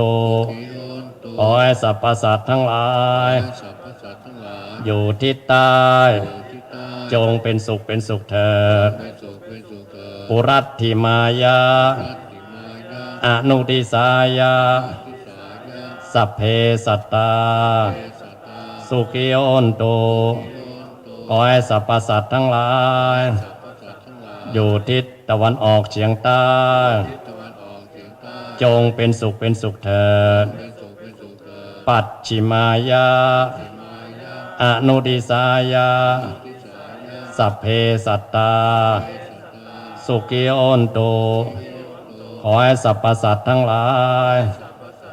อยู่ทิศตะวันตกเฉียงเหนือ ตะวันตกเฉียงเหนือ จงเป็นสุขเป็นสุขเถิด เป็นสุขเป็นสุขเถิด อุตตรายา ตารายะ อนุติสายา นุติสายะ สัพเพสัตตา เปสตา สุขิโอนโต มิโหนโต ขอให้สรรพสัตว์ทั้งหลาย สรรพสัตว์ทั้งหลาย อยู่ทิศตะวันออกเฉียงเหนือ ตะวันออกเฉียงเหนือ จงเป็นสุขเป็นสุขเถิด เป็นสุขเป็นสุขเถิด ทักกินายยา อนุติสายา สัพเพสัตตา สุขิโอนโต ขอให้สรรพสัตว์ทั้งหลาย อยู่ทิศตะวันตกเฉียงใต้ จงเป็นสุขเป็นสุขเถิดเราบวกแล้วก็คูณแล้วก็เป็นวงกลมอีกทีหลวงพ่อท่านสอนมาอย่างนี้นะครับ ปุรัตถิมายา ติมายะ ทิสายา สายะ สัพเพสัตตา เปสตา สุขิโอนโต มิโหนโต ขอให้สรรพสัตว์ทั้งหลาย สรรพสัตว์ทั้งหลาย อยู่ทิศบูรพา ทิศบูรพา จงเป็นสุขเป็นสุขเถิด เป็นสุขเป็นสุขเถิด ปุรัตถิมายา รัตติมายะ อนุติสายา นุติสายะ สัพเพสัตตา เปสตา สุขิโอนโต มิโหนโต ขอให้สรรพสัตว์ทั้งหลาย สรรพสัตว์ทั้งหลาย อยู่ทิศอาคเนย์ ทิศอาคเนย์ จงเป็นสุขเป็นสุขเถิด เป็นสุขเป็นสุขเถิด ทักกินายยา ทินายะ ทิสายา สายะ สัพเพสัตตา สุขิโอนโต ขอให้สรรพสัตว์ทั้งหลาย อยู่ทิศทักษิณจงเป็นสุขเป็นสุขเถิด เป็นสุขเป็นสุขเถิด ทักกินายยา ทินายะ อนุติสายา นุติสายะ สัพเพสัตตา สุขิโอนโต ขอให้สรรพสัตว์ทั้งหลาย อยู่ทิศหรดี จงเป็นสุขเป็นสุขเถิด เป็นสุขเป็นสุขเถิด ป ปัจฉิมายาทิสายาสัพเพสัตตาสุขีโอนตุขอให้สรรพสัตว์ทั้งหลายอยู่ทิศประจิมจงเป็นสุขเป็นสุขเถิดปัจฉิมายาอนุทิสายาสัพเพสัตตาสุขีโอนตุขอให้สรรพสัตว์ทั้งหลายอยู่ทิศพายัพจงเป็นสุขเป็นสุขเถิดอุตตรายาทิสายาสัพเพสัตตาสุขีโอนตุขอให้สรรพสัตว์ทั้งหลายอยู่ทิศอุดรจงเป็นสุขเป็นสุขเถิดอุตตรายาอนุทิสายาสัพเพสัตตาสุขีโอนตุขอให้สรรพสัตว์ทั้งหลายอยู่ทิศอีสานจงเป็นสุขเป็นสุขเถิดเหติมายาทิสายาสัพเพสัตตาสุขีโอนตุขอให้สรรพสัตว์ทั้งหลายอยู่ทิศเบื้องล่าง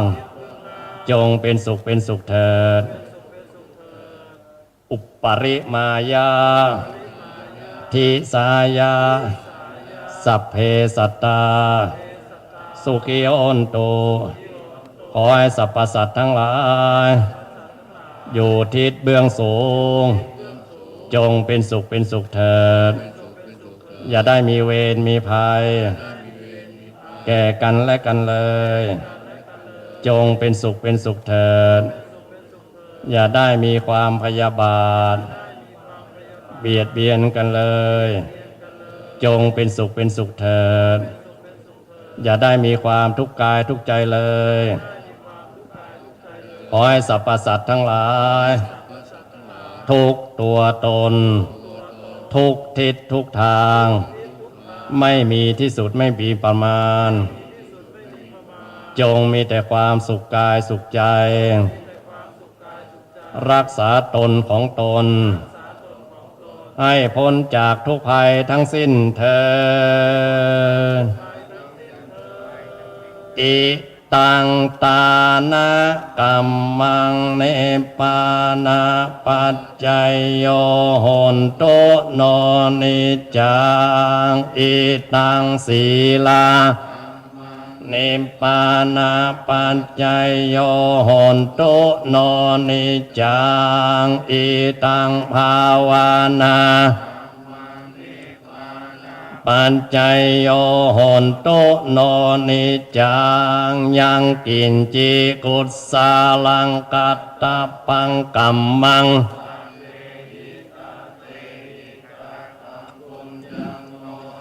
โนโมดันโตสุนันโตโหนโตเยเทวา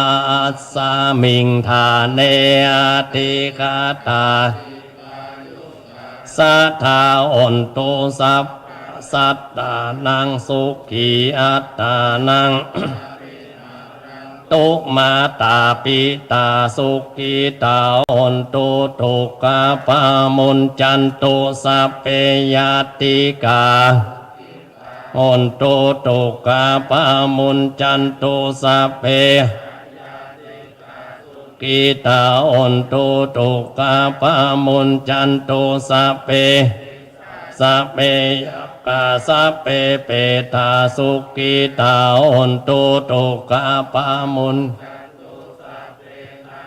ตาสุกิตาโอนตุทุกขปามุนจันตุ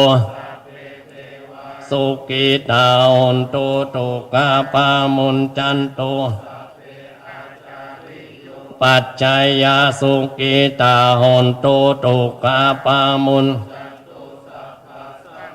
ตินังสามิจันตุโวนั่งคุกเข่านะ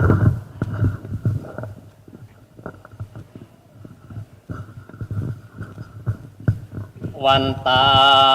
มิพุทธังสัพพังเมโตสังฆัมมา เม ปันเต เตวันตามิธัมมังสัพพังเมโตสังฆามา ปะเมปันเต เตวันตามิบังสัพพังเมโตสังฆามาตาเมปันเตวันตามิอุปัจจาจาริเยสัพพังเมโตสังฆามา ปะเมปัน เตวันตามิกัมมัฏฐานังสัพพังเมโตสังฆามาตาเมปันเตวันตามิ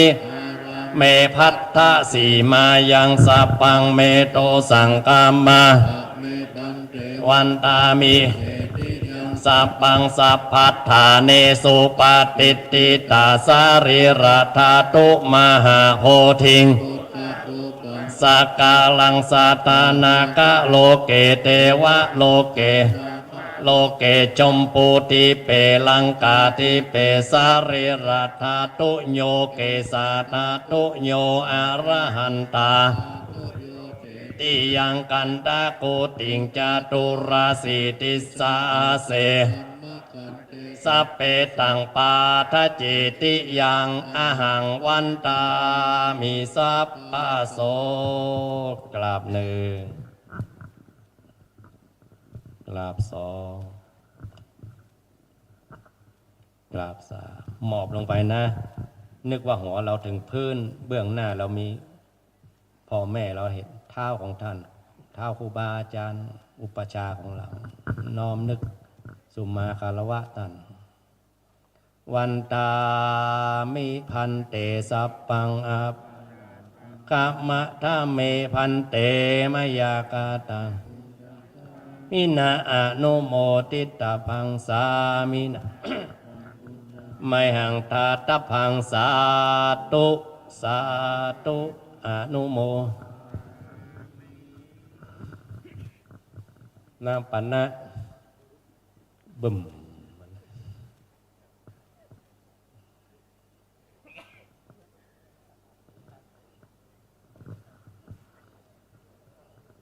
สมัยก่อนๆชอบแซวกันนั่งเป็นหลับขยับก็จะฉันอีกแล้วทุกรอบเลย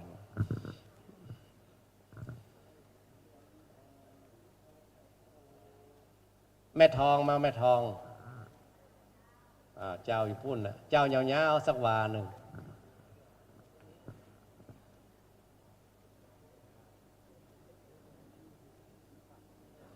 ชื่อมาแล้วปีหนึ่งดอกยาวเป็นแถวเลยต้องลุงแดงเป็นเน่าไข่วะก็หลงโยนมาหรอก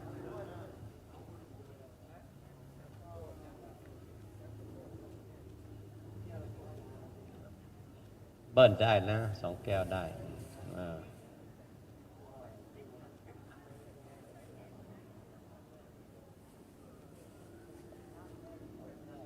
โยมทำบุญมาเป็น10 ปีถวายน้ำปันนะตอนเย็นๆแม่ท้องว่าใครจะมาแย่งบุญนะฮะแย่งบุญนะต้องบอกกันก่อนนะอยากทำบุญกับครูบาอาจารย์ท่าน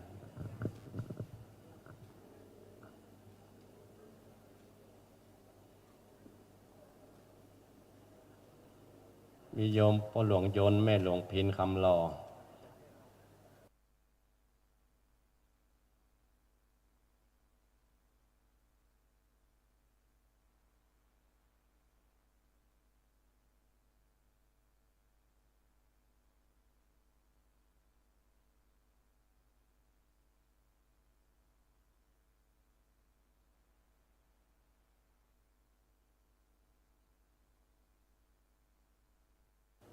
โยมสว่างโยมอรพินสิริลำปางโยมสุรศักดิ์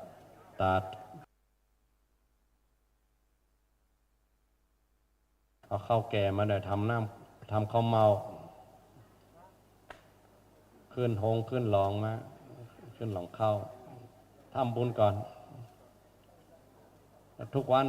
ก่อนจะกินต้านก่อนโดยเหตุที่ทำอย่างก่อนได้บรรลุธรรมก่อนเพิ่นอันนี้เขาบัดถึงขนาดนั้นเนาะบัดถึงขนาดที่ตามรอยพระอรหันต์เจ้าอันนั้นมันยิ่งใหญ่เกินเฮ เขาก็พอเรียบเคียงเอาว่า ถ้าเขาทำอย่างก่อนเวลาจะได้อย่างธรรมะจัดสรรจะได้ก่อนเปิดบอกว่าธรรมะกล้าขายจะมั่งมีสีสุขบางคนกว่าจะร่ำจะรวยขึ้นมาพอเฒ่าพอแก่เคยได้ใจทรัพย์สมบัติอย่างสะดวกสบายเท่าไปแล้วเก็บแข้งเก็บขาแต่บางคนอายุ30 ปี30ตั้งตัวได้แล้วมีบ้านมีจองมีรถมีลามีไห่มีนามีที่จองบริษัททางล้านตามโลกเนาะมียศมีตำแหน่งมีความสุขมีเกียรติยศมันประเดประดังมาอายุปลายได้แล้วแต่บางคนเอาแต่เนอว่าขุดหยัดดินรนผลควายอย่างได้ก็หาทรัพย์ในโลกนี้บ่ได้ตายย่อตายยาไปอันก็มีลูกหลานก็บ่มีอันอย่างอยู่เบื้องหลังอย่างนี้เคยได้ยินท่านอาจารย์มหาประสันคนอยู่ที่จอร์เจียบ้านมาพลังบุญพลังพ่อบ้านความเพียรพลังความเพียรเวลามีจัดงานที่ไหนเวลาท่านอาจารย์มหาประสันกำไม้ครับท่านอาจารย์กุ๊กไก่เขาตึงยกขึ้นบนหมดอ่ะเขาตึงไปลู่ไม้เพิ่นพอเพิ่นอูดเรื่องนี้กระเป๋าโยมลงห้อนตรง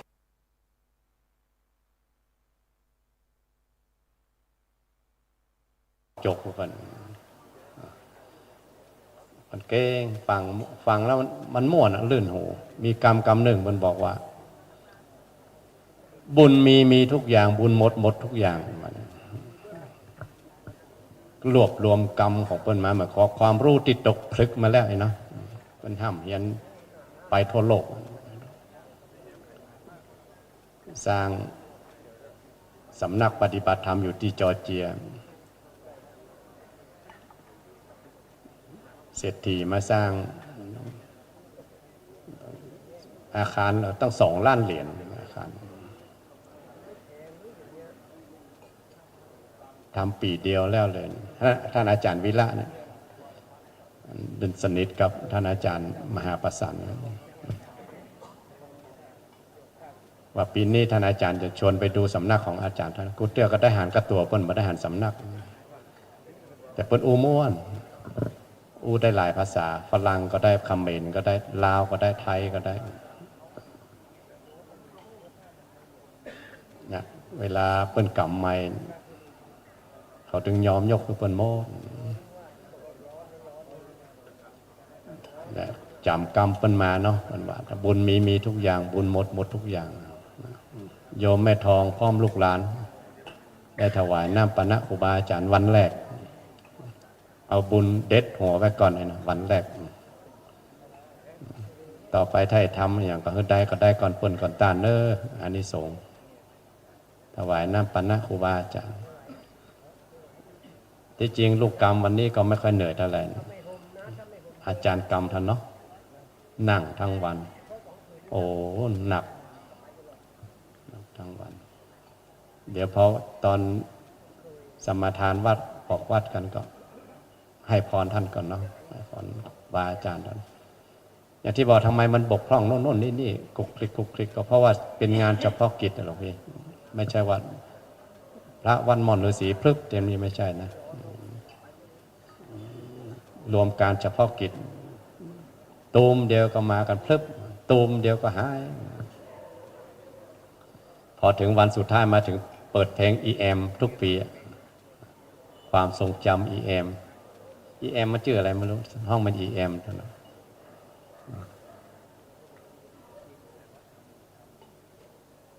ไปหลวงพี่หลวงพ่อไปกันโมดเหลือแต่ฟางบางคราวเหมือนเธออยู่ตรงนี้แต่พอมาวันนี้นั่งแล้วเห็นหลงเล้งมีแต่ฟาง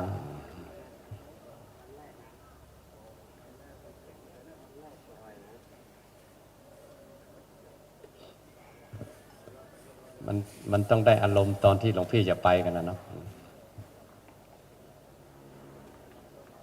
เจ้าที่นี่ไม่ใช่ธรรมดานะหลวงพี่นะเวลาทำบุญใหญ่ๆแล้วจากยกตัวอย่างจากโคสกะเศรษฐีเนี่ยเห่าพระปัจเจกพุทธเจ้าทุกวันพอพระปัจเจกพุทธเจ้าโค เหาะอกแตกตายแล้วนะขนาดนั้นนะเห่าท่านทุกวันทุกวัน หรืออย่างมากกันทกะคอยหลังเจ้าชายสิทธัตถะมหาสัจเจ้าคอยหลังมาอกแตกตายเลย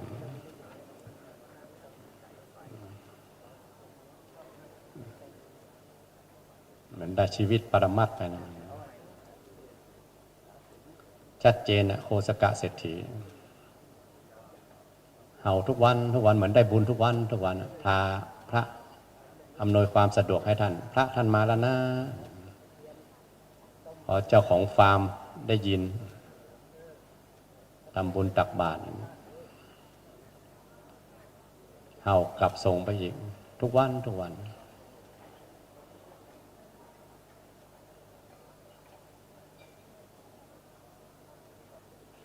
นิมนต์หลวงพี่หลวงพ่อทุกรูปหันหน้าไปทางโน้นเนาะทางซ้ายมือศรัทธาฮับปอนเนอร์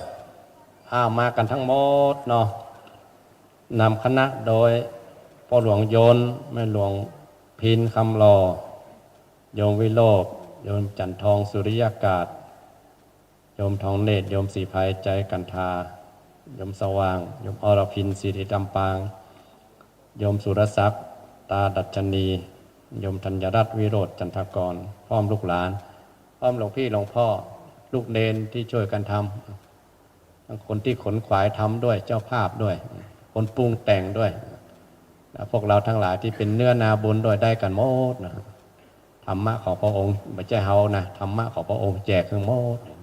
ถึงทวนหน้ากันต่างคนให้คนรับต่างมีความสุขในบุญส่วนนี้บุญส่วนนี้เกิดเป็นความสุขขึ้นมาจันใดโยมได้หวานลงในเนื้อนาบุญของโลกเนี่ยนะครูบาอาจารย์ทั้งหลายอย่างห้ามปื้นก็ไม่อธิษฐานใจไปเนอะตั้งดิ่งไปเลยบุญกุศลนี่ก็ห้ามอย่าก็ว่าปรารถนาไปเนอะหลวงพี่ขออนุญาตให้ส่งเสียงดังๆเสียงสดๆเนาะอนุโมทนาบุญกับโยมวันแรกของการประพฤติวัดปฏิบัติของเราสัพพะโรคาเวนิโมนโต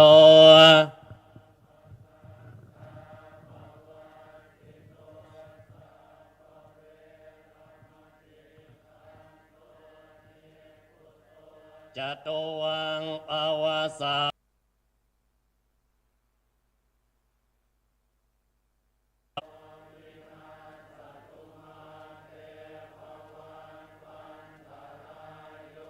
สุขิเทคายุโก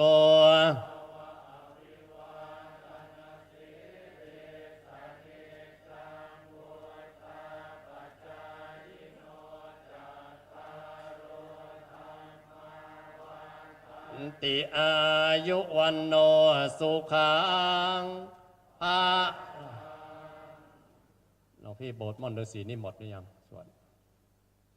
เบอร์สุดท้ายเท่าไหร่เหลืออีกกี่รูปประมาณฟังเสียงะระฆังก็แล้วกันนะหลวงพี่นะฟังเสียงะระฆังเก้งก็มากันสำหรับศรัทธาญาติโยมทั้งหลายก็กราบลาพระปิกหน่อยเนาะเดี๋ยวกราบลาแล้วก็ครูบาอาจารย์ไปทำวินัยกรรมอีกหน่อยหนึ่งก็จบละศรัทธากับปิกกันก่อนเนอะอนุโมทนาบุญโดยเอาไหว้พระด้วยกันอะระหังสัมมาสัมพุทโธภะคะวาพุทธัง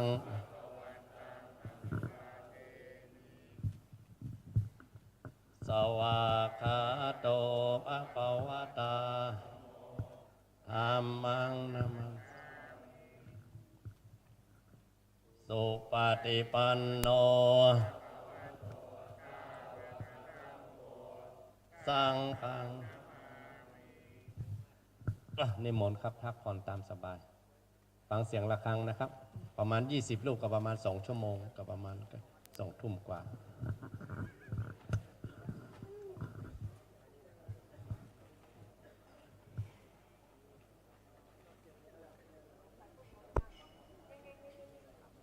ขณะนี้พิธีการ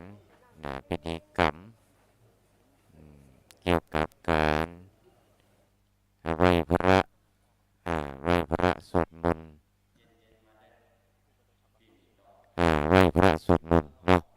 พอดีเสียงหลวงพ่อไปอยู่ข้างนอกกลัวไปรบกวนกันเป็นว่าเปิ้นตัดสัญญาณไปทางพ้นเสียงเครื่องกระจายเสียงทางพ้นเนาะสมาภาพจะลงมาเชื้อก็อู้ต่อไปประมาณวันนี้เป็นวันแรกเนาะการเทศนาธรรมนี่ยังไม่มีเตื้อปกติแล้วเขาจะได้ฟังเทศธรรมเทศนาจากครูบาอาจารย์ต่างๆที่เดินทางมาให้ความรู้ถวายความรู้แก่พระภิกษุภิกษุสงฆ์องค์เจ้าแล้วก็ผู้ประพฤติผู้ปฏิบัติธรรมที่มาร่วมกันปฏิบัติธรรมโดยเนาะการฟังเทศนี่ก็จะเทศประมาณ2 ทุ่ม2 ทุ่มด้วยกัน2 ทุ่มด้วยกันแล้วก็จนถึง3 ทุ่มประมาณนั้นเนาะชั่วโมงหนึ่งแล้วก็คงจะเป็นวันพรุ่งนี้เป็นต้นไปวันพรุ่งนี้เป็นต้นไปก็จะได้ฟังเทศนาธรรมกันตั้งแต่ตอนเช้าจะได้ฟังการส่งอารมณ์นั่งสมาธิตัวเจ้าพระสงฆ์นั่งสมาธิโดยแล้วก็จะมีครูบาอาจารย์ส่งอารมณ์เป็นส่งอารมณ์ตอนเช้าเป็นข้อธรรมะเกี่ยวกับการประพฤติปฏิบัติกรรมฐานปฏิบัติกรรมฐานกันครูบาอาจารย์ผู้มีความรู้ผู้มีความสามารถเป็นพระนักปฏิบัติทางด้านต่างๆจากครูบาอาจารย์หลายท่านด้วยกันก็คอยรับฟังคอยรับฟังจากสถานีได้ช่วงนี้คงจะถ่ายทอดจากขึ้นวิทยุวัดไฟหินอยู่วัดไฟหินตำบลสุเทพอำเภอเมืองจังหวัดเชียงใหม่อยู่ด้วยแล้วก็ธรรมาภาพก็ออกเสียงตรงนี้ออกวิทยุตรงนี้เวลาเพิ่นมีกิจกรรมมีเทศมีการตรงคุ้นเขาก็จะปิดเสียงตรงนี้สนับไปเงี้ยวันนี้คงจะถ่ายทอดคงถึงประมาณสักทุ่มปลายสักทุ่มหนึ่งก็คงจะได้ต่อสัญญาณละเพราะว่ากิจกรรมวันนี้ยังไม่มีนักเตื้อเพราะว่าช่วงนี้การทำสังฆกรรมสวดยติเพิ่นว่าต้องตั้งยติสวดเข้าปริวาสสวดทีละตนท่านผู้ฟังครูบาอาจารย์ที่ฟังวิทยุก็ดีญาติโยมที่บอกว่าเฮาคนชาวบ้านเนาะเฮาก็เคยทำสังฆกรรมเกี่ยวกับงานปฏิวัติกรรมกรรมหลวงชาวบ้านเจ้าห้ามว่าเพิ่นต้องทำอย่างใดพ้องทำอย่างใดพ้องพิธีกรรมเป็นอย่างใดพ้องอย่างที่อาตมาภาพผมแต่เจ้าเนาะว่ามันยากกว่าบวชใหม่ด้วยซ้ำยากกว่าบวชใหม่บวชใหม่วันเดียวกันแล้วสักชั่วโมง10 นาทีตั้งยติสวดยติจตุกรรมจตุตกรรมจารอย่างก็เรียบร้อยละเป็นพระเจ้าเป็นประสงค์มาแต่ว่าการเข้ากรรมขอเข้ากรรมเป็นหมู่กรรมร้อยแต่ว่าเราไปสวดสวดทีละตนสวดทีละตนตัวนึงอย่างน้อยประมาณ5 นาทีสวดสวดตั้งยติอย่างนี้แล้วก็สวดเข้าปฏิบัติอาจจะมีเหมือนอุปชาคล้ายๆกันแต่ว่าตอนนี้เป็นห้องปัจจัยห้องอุปชาเป็นว่าเป็นองค์สวดองค์สวดมีองค์เดียวแล้วมันมีกรรมวาจาจารย์มีแต่พระนั่งอันดับก็ต้อง4 รูป 5 รูปขึ้นไปอันนี้ฟังเนาะฟังว่าการสังฆกรรมของพระเจ้าพระสงฆ์มันเป็นอย่างนั้นสวดนี้ละตนลักษณะว่าตนละ5 นาทีตน5 นาที500 ตนก็500 นาทีกี่ชั่วโมงคิดว่า8 ชั่วโมงแบ่งเป็น2 บทด้วยกันต้องไปแบ่งกันอย่างนั้นบทเดียวไปแล้วคนนี้มันได้รับกันแน่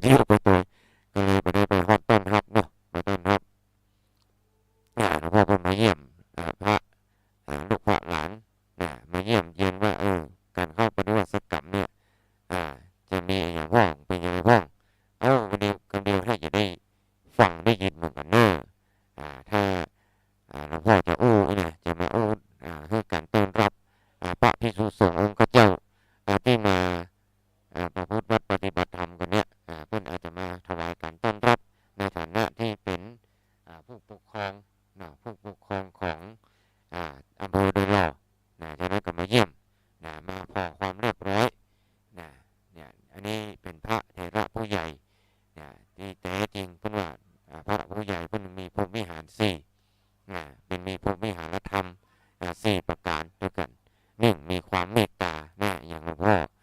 เป็นมีเมตตาหักไข่ลูกดูแลพระเจ้าประสงค์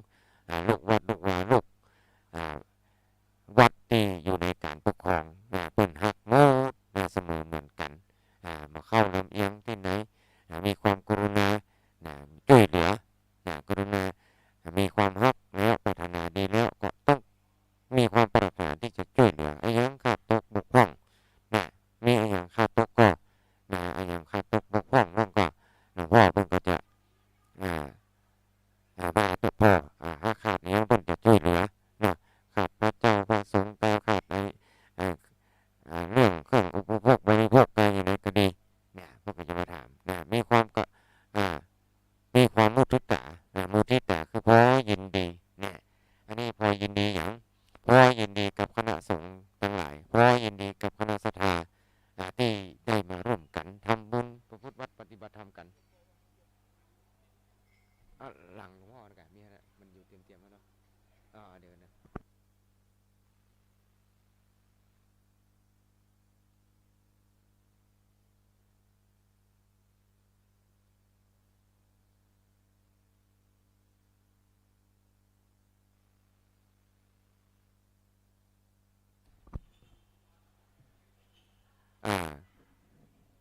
ก็เดี๋ยว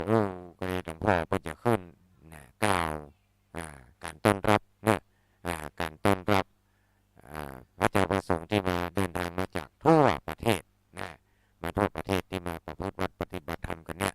เมื่อกี้หลวงพ่อเป็นพร้อยยินดีกับหมู่เขาทั้งหลายพร้อยยินดีอนุโมทนากับญาติโยมทั้งหลายที่มาช่วยกันประคับประคองอุดหนุนค้ำจูพระเจ้าประสงค์ให้ได้รับความสะดวกสบายได้รับความสะดวกสบายเป็นสัพพยะที่อยู่กับสัพพยะอาหารกับสัพพยะคำว่าสัพพยะแต่ว่ามันพร้อมมันสมบูรณ์มันอุดมสมบูรณ์มันเหมาะสมเป็นว่าสัพพยะความเหมาะสมอย่างเช่นที่วัดมฤษีเขาเนี่ยมันสัพพยะหลายอย่างสถานที่ก็พร้อมสถานที่ก็สัพพยะแล้วก็อย่างต้นไม้วัดวาอารามก็สัพพยะอากาศก็สัพพยะบ่ร้อนเกินไปไม่หนาวเกินไปแล้วอย่างอาหารการกินอาหารครบฉันที่บรรดาคณะศรัทธาเขาเนี่ยที่มาอุดหนุนความจูเนี่ยก็สัพพยะพร้อมบริบูรณ์พร้อมอันนี้แปลว่ามันสัพพยะมันสมบูรณ์มันพร้อมเพรียงเจ้าบ้านปากตางสามัคคีหมู่บ้านเนี่ยบ้านห้วยเป่ายงบ้านปากตางสามัคคีบ้านไร่บกวงหมู่บ้านศรัทธาเพิ่นก็ช่วยกันอันนี้เอาเป็นแห่งศรัทธานี่เป็นแห่งหมู่บ้านนี่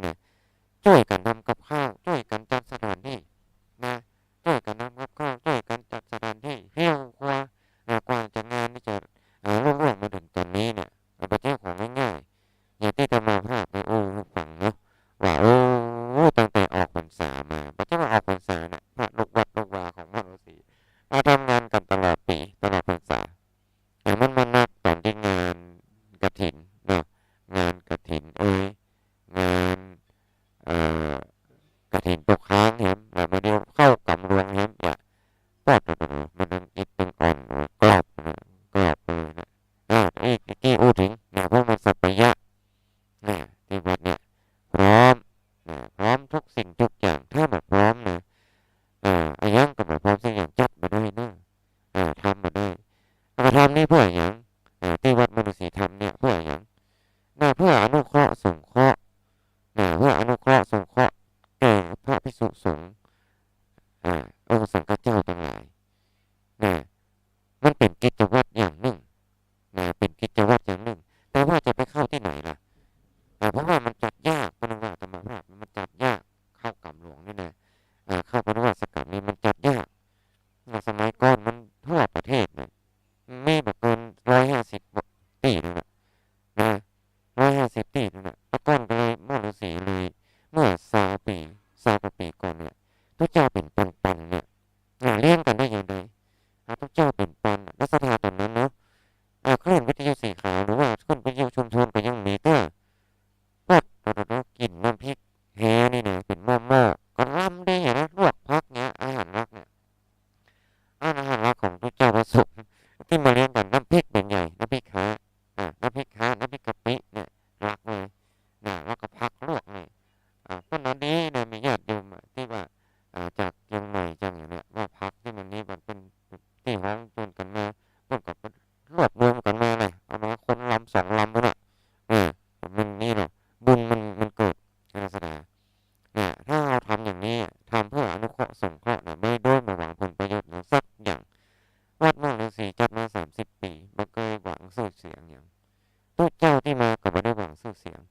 มาเพื่ออนุเคราะห์สงเคราะห์มาเพื่อเข้าไปวัดประพฤติวัดปฏิบัติธรรมทำกิจวัตรของตนให้สดใสให้บริสุทธิ์นะอาตมาเนี่ยกิจวัตรของตัวเจ้าเนี่ย10 อย่างเนี่ยเป็นหนูขัดตกบกพร่องต้องทำนะต้องทำทุกวันแต่ว่าปฏิบัติกรรมเนี่ยถ้าจะไปทำตลอดมันก็ไม่ไหวแต่บางองค์บางรูปบางท่านก็เข้าตลอดปีเหมือนกันเนี่ยมันอนุเคราะห์สงเคราะห์นะบางทีตัวเจ้าจะลาสิกขาไปนะมาเข้าปฏิบัติก่อนมาชำระศีลมาเข้ากรรมหลวงเนี่ยเข้าก่อนเมื่อบริสุทธิ์แล้วก็ปิกออกไปเป็นสิริมงคลต่อตัวเก่าบางองค์บางท่านบางตนจะลาสิกขาเมื่อว่าเข้าปฏิบัติมาเจอครูบาอาจารย์มาเจอเพื่อนตัวฝูงม่วนเกิดความเลื่อมใสขึ้นมาธรรมะที่เราอยู่วัดอยู่ว่ามันจะมีกระทะเอะ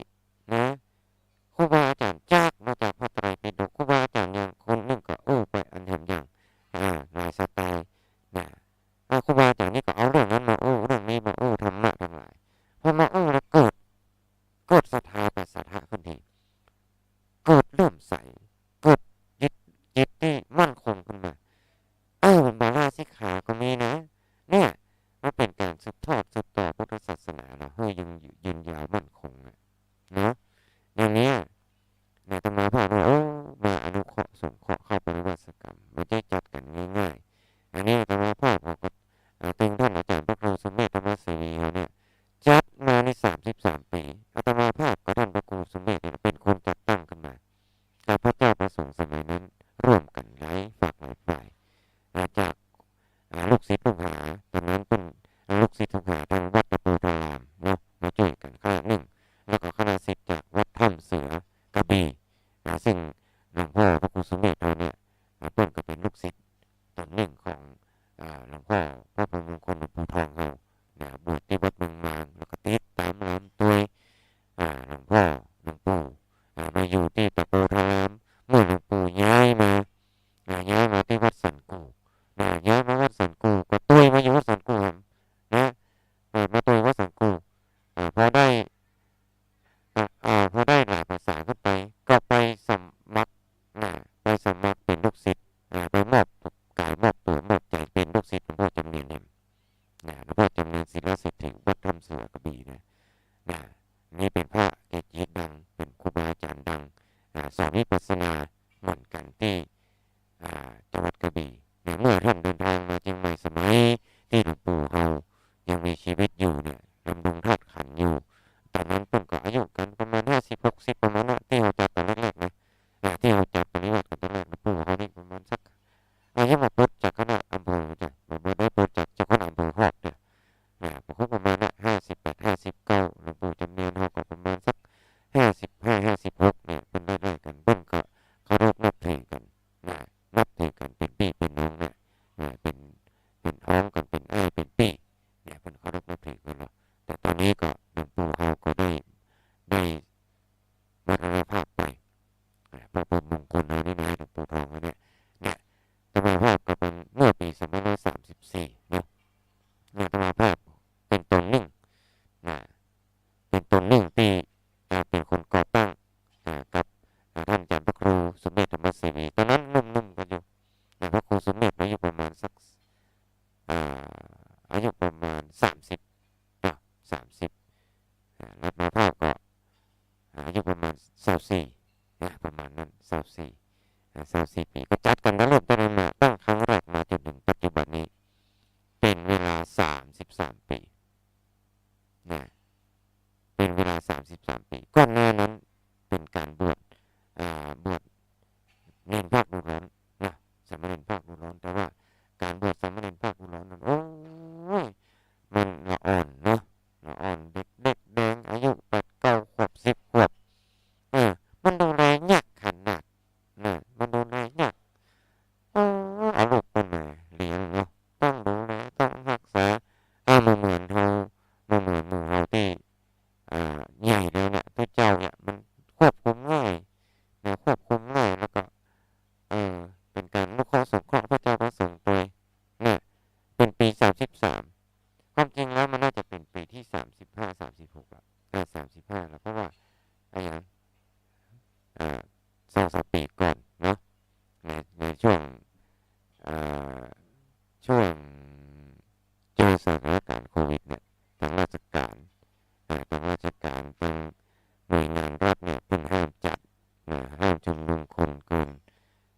มันอยู่อันมันจะติดกันถึงปลายมาก็เลยยั้งไปได้2 ปีหรือ3 ปีนี่นะแต่มาภาพก็จำไม่ค่อยได้เหมือนกัน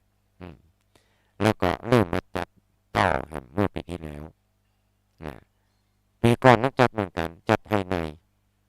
ตอนที่สถานการณ์โควิดเนี่ยมาบอกไผสักคนนะไม่ได้บอกเพิ่นไม่ได้บอกเพิ่นมาแห้มทันทีผิดกฎหมายโดนเงียบเพิ่นบอกจะไปได้เข้ากันเองเนี่ย10 ตน20 ตนประมาณนั้นประมาณนั้น10 ตน20 ตนนะประมาณนั้นแล้วก็มาเริ่มจริงๆกับ2 ปีเนี่ยเป็นปีที่33ปีนี้นะฉะนั้นก็บรรดาคณะสัตยาญาติโยมปีนี้อย่างที่ประกาศตะกี้250 ไปลดลงไป100นะอันเนี้ย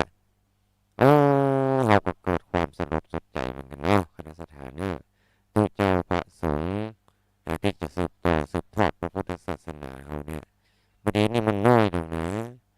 มันน้อยลงมันลดน้อยถอยลงถ้าเราหมู่เราเนี่ยมาเข้มแข็งจริงๆมาช่วยกันดูแลมาช่วยกันทนุบำรุงพุทธศาสนาเนี่ยอย่างพระเจ้าประสงค์ที่เดินทางมาเข้าปปฏิบัติธรรมเนี่ยเพิ่นมาอยู่ในกติกาเราแหกข้อกมาได้สักคนแหกกฎกติกาไม่ได้เก็บกฎเลยมีคณะกรรมการมีอาจารย์กรรมเก็บกฎให้เรียบร้อยมาเก็บมุ้งเก็บมุ้งก้มมุ้งยกขึ้นนิมนต์ขึ้นแห่ขึ้นรถไปเอาไปเลยออกไปเลย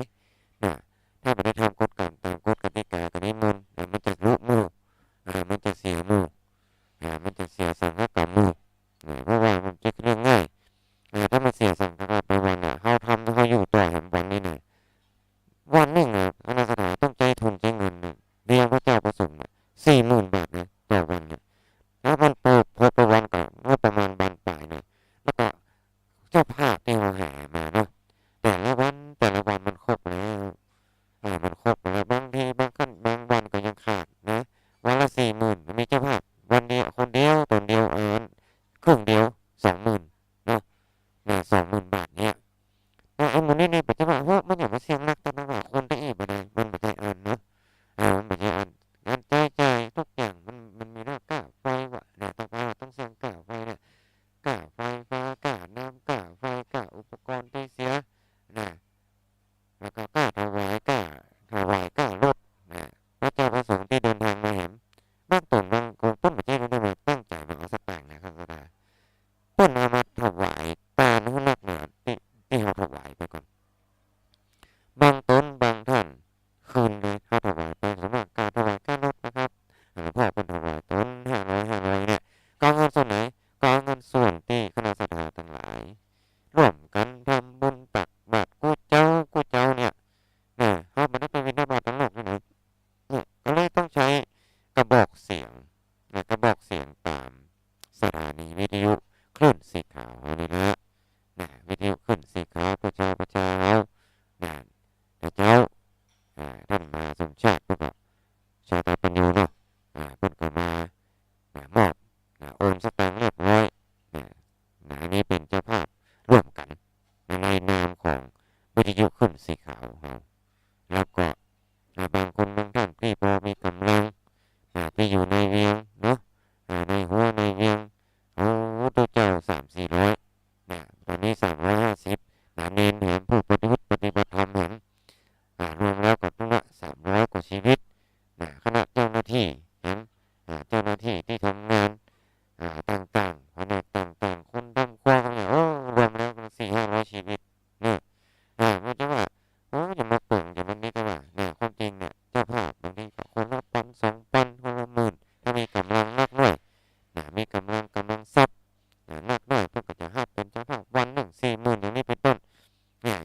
คุณโยมกนกเพชรชัยนาอนุโมทนาตัวเป็นเจ้าภาพรู้สึกว่าเจ้าภาพ1 วันด้วยกัน40,000 บาทต่อเจ้าก็มาตั้งแต่หลายวันก่อนละโยมกนกเพชรก็มาเป็นเจ้าภาพวันหนึ่งแล้วก็คณะสถานหลายคนหลายท่านด้วยกันคอยฟังมาเถอะมาเจ้าหมู่เฮาเพิ่นเป็นถ่ายทอดเสียงถ่ายทอดเสียงให้หมู่เฮาทั้งหลายได้ฟังแล้ววันนี้สงสัยให้ได้เป็นกรณีพิเศษหลวงพ่อเพิ่นหลวงพ่อรักษาการเจ้าคณะอำเภอดอนหล่อเพิ่นมาเยี่ยมกำลังนั่งสนทนาทักทายกับหลวงพ่อพระครูสมเด็จอยู่ก็ได้จะได้กราบนิมนต์เพิ่นขึ้นสักหน่อยเฮาอาจจะได้ฟัง เสียงเรียงจื้อพ่อหันน้ำเสียงว่าหลวงพ่อรักษาการเจ้าคณะอำเภอดลเนี่ยติดตุลุงยาวไปอยู่ที่พวกนี้เนี่ยน่ะตุลุงยาวไว้เป็นมือขวาของหลวงพ่อพระครูสาธุกิจจนันท์เนาะลองรักษาการตอนนี้รักษาการเจ้าคณะอำเภอโดยเราเนี่ยเราจะได้ฟังน้ำเสียงเรื่องงามเพิ่นจะให้ข้อคิดข้อธรรมะกับพระพุทธเจ้าพระสงฆ์ก็ได้ก็ดีเดี๋ยวญาติโยมทั้งหลายในทางบ้านได้ฟังตัวเวลาหลวงพ่อเพิ่นจะมาภาพมันจะตัดเสียงไปทางพุทธแต่ที่นี่ไม่ได้ออกกระจายเสียงทั้งนอกนะญาติโยมออกวิทยุอย่างเดียวแต่ว่าช่วงมัดเจ้าช่วงมัดเจ้าก็จะออกก็มาแน่ใจว่าพรุ่งนี้เช้าเนี่ยจะเป็นรายการของไผ่จะเป็นรายการของไผ่ก็จะมอบหมายให้รายการก็ยังไม่ได้ถามท่านอาจารย์พระครูอภิวัฒนวิกรมเตื้อว่าพรุ่งนี้จะออกวิทยุยุก่อหรือว่าจะถ่ายทอดทางเฟซบุ๊กไลฟ์อย่างเดียวถ้าปกติก็ตี 3เนาะตี 3ก็ถ่ายทอดเสียงกันไปจนถึงปุ๊บจนถึงเซตพิธี9 โมง9 โมงเป็นเซตพิธีถึงจะตัดสัญญาณอันนี้เป็นขึ้นวัดไฟหินเนี่ยแต่สถานีอื่นตามมาภาพก็ไม่แน่ใจว่า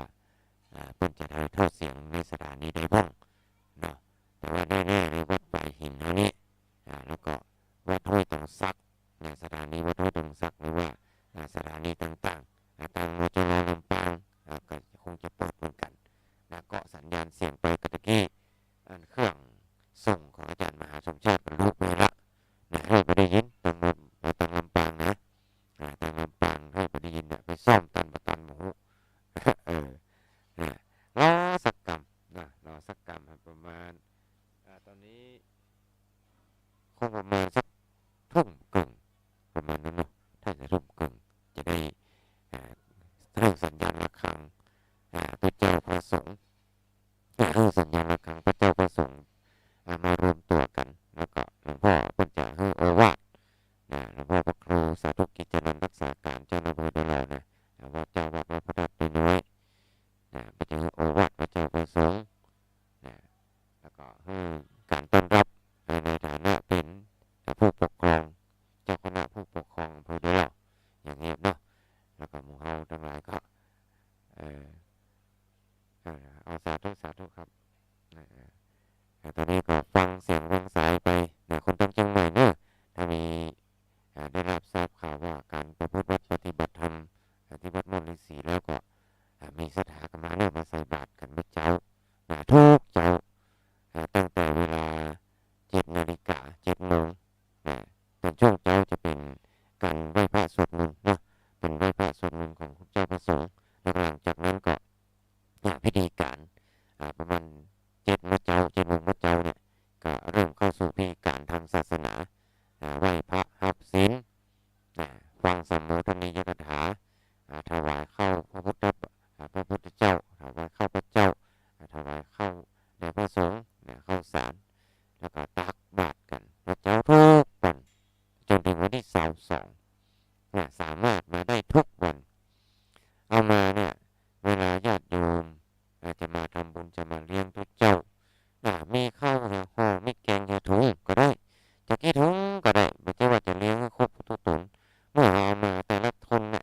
เอามาคนละ2 ถุงนี่เนาะสมมติเอามา100 คนเนี่ยมันก็100 ถุงเอาตั้งกันเป็นจะตั้งไว้โต๊ะกันเมื่อพระเจ้าให้ปอนเสร็จแล้วประกอบอุปโลกแจกจ่ายกันไปไม่ใช่ว่าเอามาครบถึง200-300เนี่ยใช่ไม่ใช่เอามีตัวใดกับว่าตั้งข้าวเห็ดพอข้าวกินเยอะห่อขนมเยอะห่อจบหรือว่าเขามีกำลังนักถ้าเป็นหม้อก็เป็นอย่างถ้ากำลังนักกว่านั้นเอาถ้าเป็นวันวะถ้าเป็นวันบอกก็ได้นี่อยู่ที่เจตนาศรัทธาเจตนากำลังศรัทธาต้องมีกำลังตัวเนี่ยมีศรัทธาเขานี่เต็มเปี่ยมเหมือนกูกันกู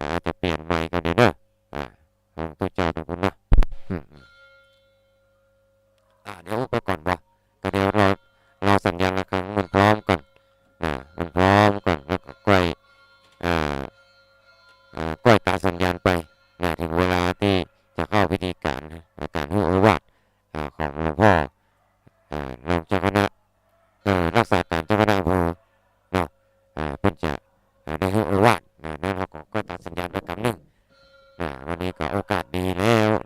พ่อแม่ครูบาอาจารย์ผู้ปกครองมาเยี่ยมมาเยียนขอกราบไหว้สารอาจารย์ครับกำลังออกวิทยุออกวิทยุไปครับผมไหว้สารหลวงพ่อพระครูสาธุกิจกันนั่นเนาะหลวงพ่อมานั่งพักเพะอยู่ตั้งหลังนะตุ้ลุงนี่อยู่ตั้งหลังนั้นตุ้ลุงเชื้อนี่แหละเนี่ยคือหลวงพี่ตุ๊ปีตะวันไปตักตายพุ่นเพราะว่าออกวิทยุไปตัวอย่างว่าเนาะจะไปตักตายได้ก่อนพอดีตอนวิทยุก็ออกเนี่ยวันนี้หลวงพ่อตุ้ลุงยองออกมาแต่พวกเกียรต้องไปฮับเนี่ยตุ้ลุงยองเนี่ยให้ได้ฟังสิ่งนี้แล้วให้ได้ไปฮับพวกผู้จานนั้นผู้นั้นอาจารย์ไปฮับจะให้ผู้จานนั้นผู้นั้นอาจารย์ไปฮับเจ้าสัก6 โมงหลังจากที่เปิ้นบอกวัดเก็บวัดอย่างเรียบร้อยก็เดี๋ยวนิมนต์อาจารย์ท่านอาจารย์สอยเนาะดำเนินรายการไปห้องตุเจ้าเนี่ยถ้าอย่างนั้นก็จะคุณภาพเปิ้นปุ๊บเขาก็จะตัดเพลไปเลยเนาะเป็นอย่างนั้นเพราะมันเสียเวลาเนี่ยมันเงียบปิ้งถ้าเงียบปิ้งเขาไม่ได้มันเงียบแล้วก็เนี่ยเพิ่นก็นึกว่ามันมีอย่างละกันทั้งที่ว่าเวลาทางนอกเงียบเสียงตัวลุงก็ต้องมาต่อให้มันให้มันเงียบนาทีเนี่ยนี่ต้องคุณจะละเอาละดูเจ้าละพระเจ้าคุณหลวงพ่อสวยกำลังละแค่กำลังกำไม้พอในมอนิเตอร์นี่ตัวลุงพอในมอนิเตอร์นี่เนี่ยการเข้ากำนี่ของง่ายๆเรียกว่าละใครทำได้นี่สุดยอดนะตมาต้องนุโมทนาตัวนะนุโมทนาตัวแต่กับพระเจ้าประสงค์ที่เปิ่นทำได้เนาะเปิ่นทำได้แต่เปิ่นก็ก็ได้จะตัดเสียงสัญญาณพุทธพิตวันตัดออกไปออก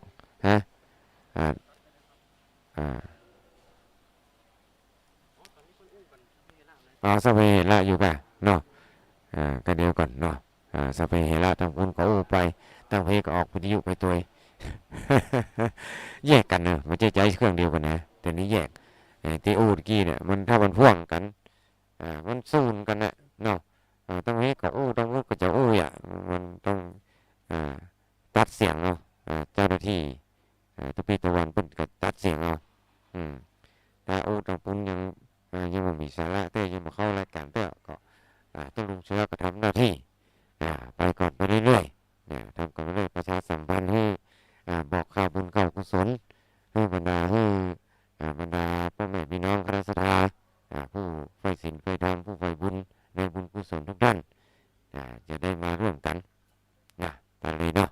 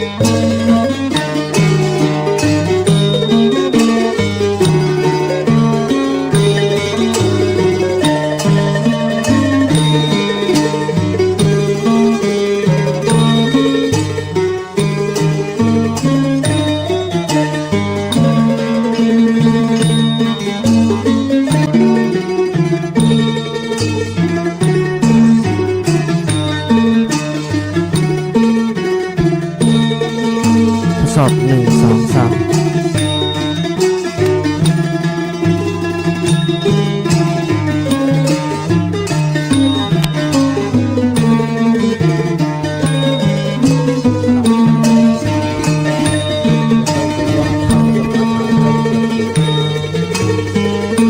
เวลาเราเป็นประพฤติวัดปฏิบัติธรรมในครั้งหนึ่งก็เป็น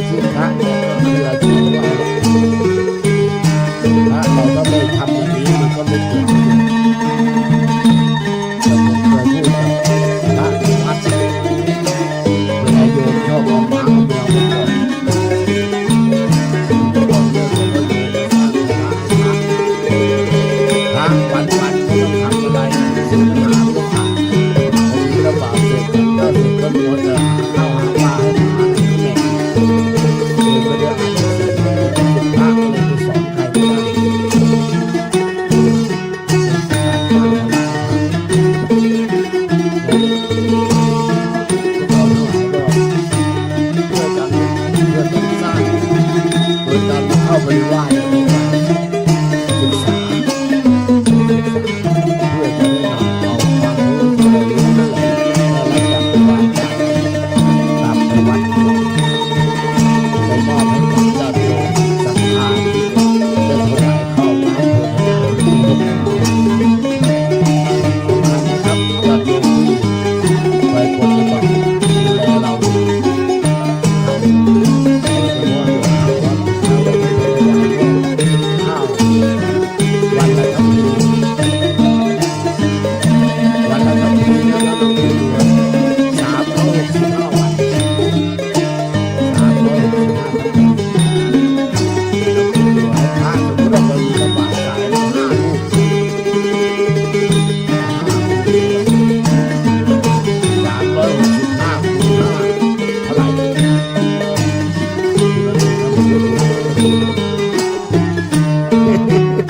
เราคิดดูว่า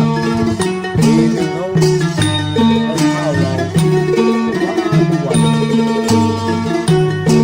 แล้วอีกอย่างหนึ่งผมเคยไหว้พระด่าให้พระที่ด่าอ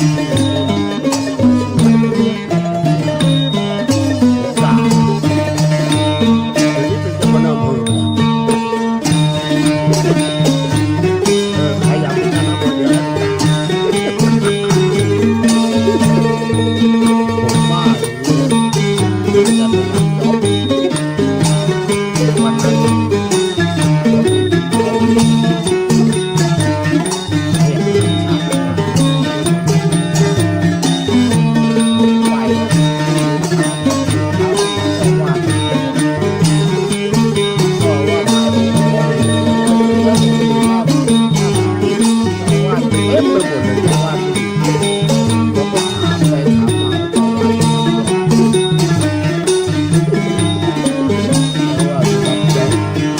คนใหญ่คนตั้งแต่เช้าแล้วก็คนเบื่อแล้วก็เลยเลิกงานเข้าบอกยังว่าเนี่ย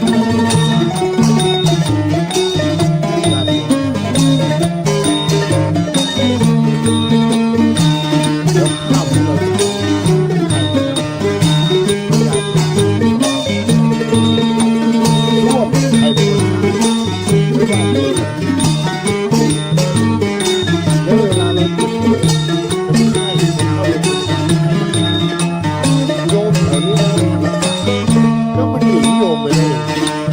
รับยอด5,000 บาทข้าวเขาใส่365 ทัพพีไม่คุ้มเลยเดี๋ยวผมว่าพอแกกลับมาจากรับจ็อบผมด่าอย่างนี้เลยพูดอย่างนี้ท่านไม่นึกถึงโยมเลยโยมที่สร้างวัดมาน้ำว่าไฟให้เรา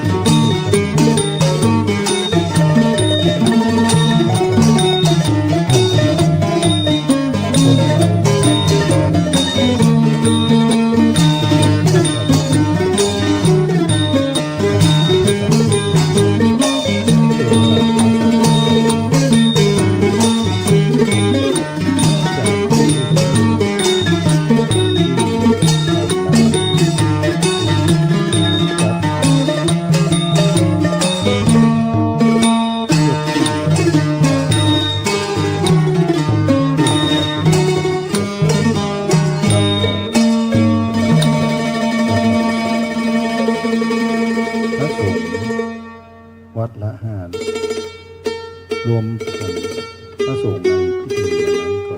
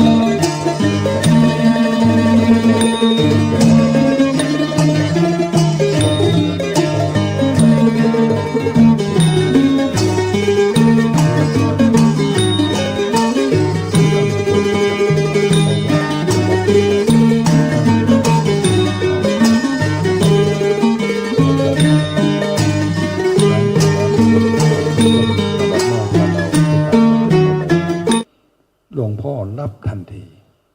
ในเมื่อรับทันทีท่านก็มาติดตามตลอดแม้กระทั่งวันนี้ท่านก็มาครับท่านมาก็ ผมในเมื่อเจ้านายมาก็จำเป็นต้องเข้าไป ยอมเหนื่อยเพื่อพุทธศาสนาของเราท่านเพราะว่าเนื้อที่ดินถึง190 ไร่ที่จะสร้างพุทธมณฑลปัจจุบันนี้หลวงพ่อเอาเครื่องไม้เครื่องมือทางอบจมาเก็บมาปรับทางวางแผนกันแล้วเพราะฉะนั้นท่านทั้งหลายเราเป็นพระสงฆ์องค์สังฆเจ้า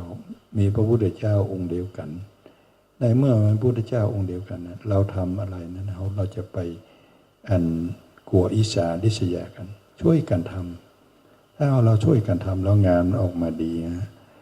พี่รู้สองน้องรู้หนึ่งมาผสมประสานกันแล้วก็ทำให้พุทธศาสนาเขาขับเคลื่อนไปได้ดีปัจจุบันสื่อสารการที่เขาจะใช้ในการเผยแพร่พุทธศาสนานั้นมันมีหลายรูปทางอย่างบางท่านที่มีศรัทธาญาติโยมสามารถที่ว่าจะออกสถานีวิทยุโทรทัศน์ได้นอกจากนั้นก็สถานีวิทยุปัจจุบันมีสื่อออกมามีเฟซมีไลน์มีติ๊กต็อกมีอันหลายอย่างครับที่เขาจะเผยแพร่พุทธศาสนาเพื่อมันกว้างขวางไปแล้วก็ถ้าหากว่าเราใช้ให้เป็นนั้นเราสามารถที่จะดึงพุทธศาสนาของเราเนี่ยศรัทธาญาติโยมทั้งหลายรู้ไปทั่วโลกเพราะว่าสื่อเหล่านี้มันกว้างในเมื่อสื่อเนี่ยเราใช้ให้เป็นนั้นมันก็เป็นคุณถ้าใช้มาเป็นแล้วมันก็จะเป็นโทษเพราะผลเสียมันไปไวถ้าผิดไปหน่อยเดียวนี่ก็ไปทั่วโลกเลยในเมื่อไปทั่วโลกนั้นนะเท่ากับฆ่าตัวเองถ้าหากว่าเราทำเป็นเราใช้เป็นเนี่ยก็จะเกิดประโยชน์ในเมื่อเกิดประโยชน์ต่อคณะสงฆ์ในภาพรวมของเราเพราะฉะนั้นท่านทั้งหลายทุกท่านที่ได้มาเข้าปฏิบัติที่นี่เนี่ยผมว่าทุกท่านนี้มีความสามารถที่จะเผยแผ่พุทธศาสนาช่วยกันเพราะว่าบางรูปนั้นก็ยังอายุน้อยโอกาสที่จะไต่เต้าขึ้นไปนั้นมันมีอยู่ครับบางทีเราจะไปก้าวข้ามก้าวกระโดดบางทีพระผู้ใหญ่ท่านก็มีความสามารถก็มีสมัยผมเป็นพระหนุ่มๆว่าเราจะยังว่านั้นเพิ่นดังมาเอาพระเจ้าเกษียณแค่อายุ60ทำไมถึงอันเมื่อก่อนนี้มามีการเกษียณเอาจนมรณภาพว่างแล้วมาถึงปัจจุบันนี้ผมถึงบางอ้อเพราะว่าบางทีพระหนุ่มเฮานี้มันไฟแรงในเมื่อไฟแรงเกินไปแล้วก็คาดการความรอบครอบทีนี่ผมก็คิดว่ามีหลายรูปที่โปรโมตตัวเองขึ้นมาเพื่อหาผลประโยชน์ได้เงินได้ทองซื้อขาลาเพศไปทำให้ศรัทธาญาติโยมผิดหวังในเมื่อศรัทธาญาติโยมผิดหวังก็มาโทษว่าตุเจ้าทั้งหลายมันไม่ค่อยดีอย่างนั้นอย่างนี้ผมก็คิดว่าบางทีพระผู้มีอาวุโสครูบาอาจารย์อย่างต่างๆนั้นท่านมีประสบการณ์ในประสบการณ์อันยาวนานของพระเถระท่านตั้งปริยัติและปฏิบัติก็ดีนะท่านเพียบพร้อมทุกอย่างเพราะฉะนั้นเราก็คิดว่าเราจะทำอะไรนั้นเราว่าจะเอาตัวเราเป็นมาตรฐานไม่ได้เราจะต้องเอาส่งเป็นใหญ่ผมจะทำปัจจุบันจะทำอะไรไปเนี่ยท่านทั้งหลายก็มีทีมงานก็มานั่งวางแผนด้วยกันมาอู้กันมาเอาจากนั้นทำอย่างนั้นอย่างนี้เกิดว่าเสียงส่วนใหญ่หันสมควรเขาก็ทำถ้าหากว่าทำแบบเผด็จการผิดพลาดมาเรารับคนเดียวเพราะขาดความรอบคอบ เพราะฉะนั้นเราเป็นพระสงฆ์เราจะไปอิจฉากันถ้าคนใดช่วยกันทำนะจะดีที่สุดถ้าทำคนเดียวก็ทุกคนเดียวถ้าทำแบ่งกันทำมันก็บัดเหนื่อยแล้วก็งานก็ออกมาดีเพราะฉะนั้นผมขอคิดว่าฝาก ระพุทธศาสนาพวกเราทั้งหลายที่เรามาเข้าปฏิบัตินี้ ส่วนใหญ่ท่านประสบการณ์ท่านมีเยอะแล้ว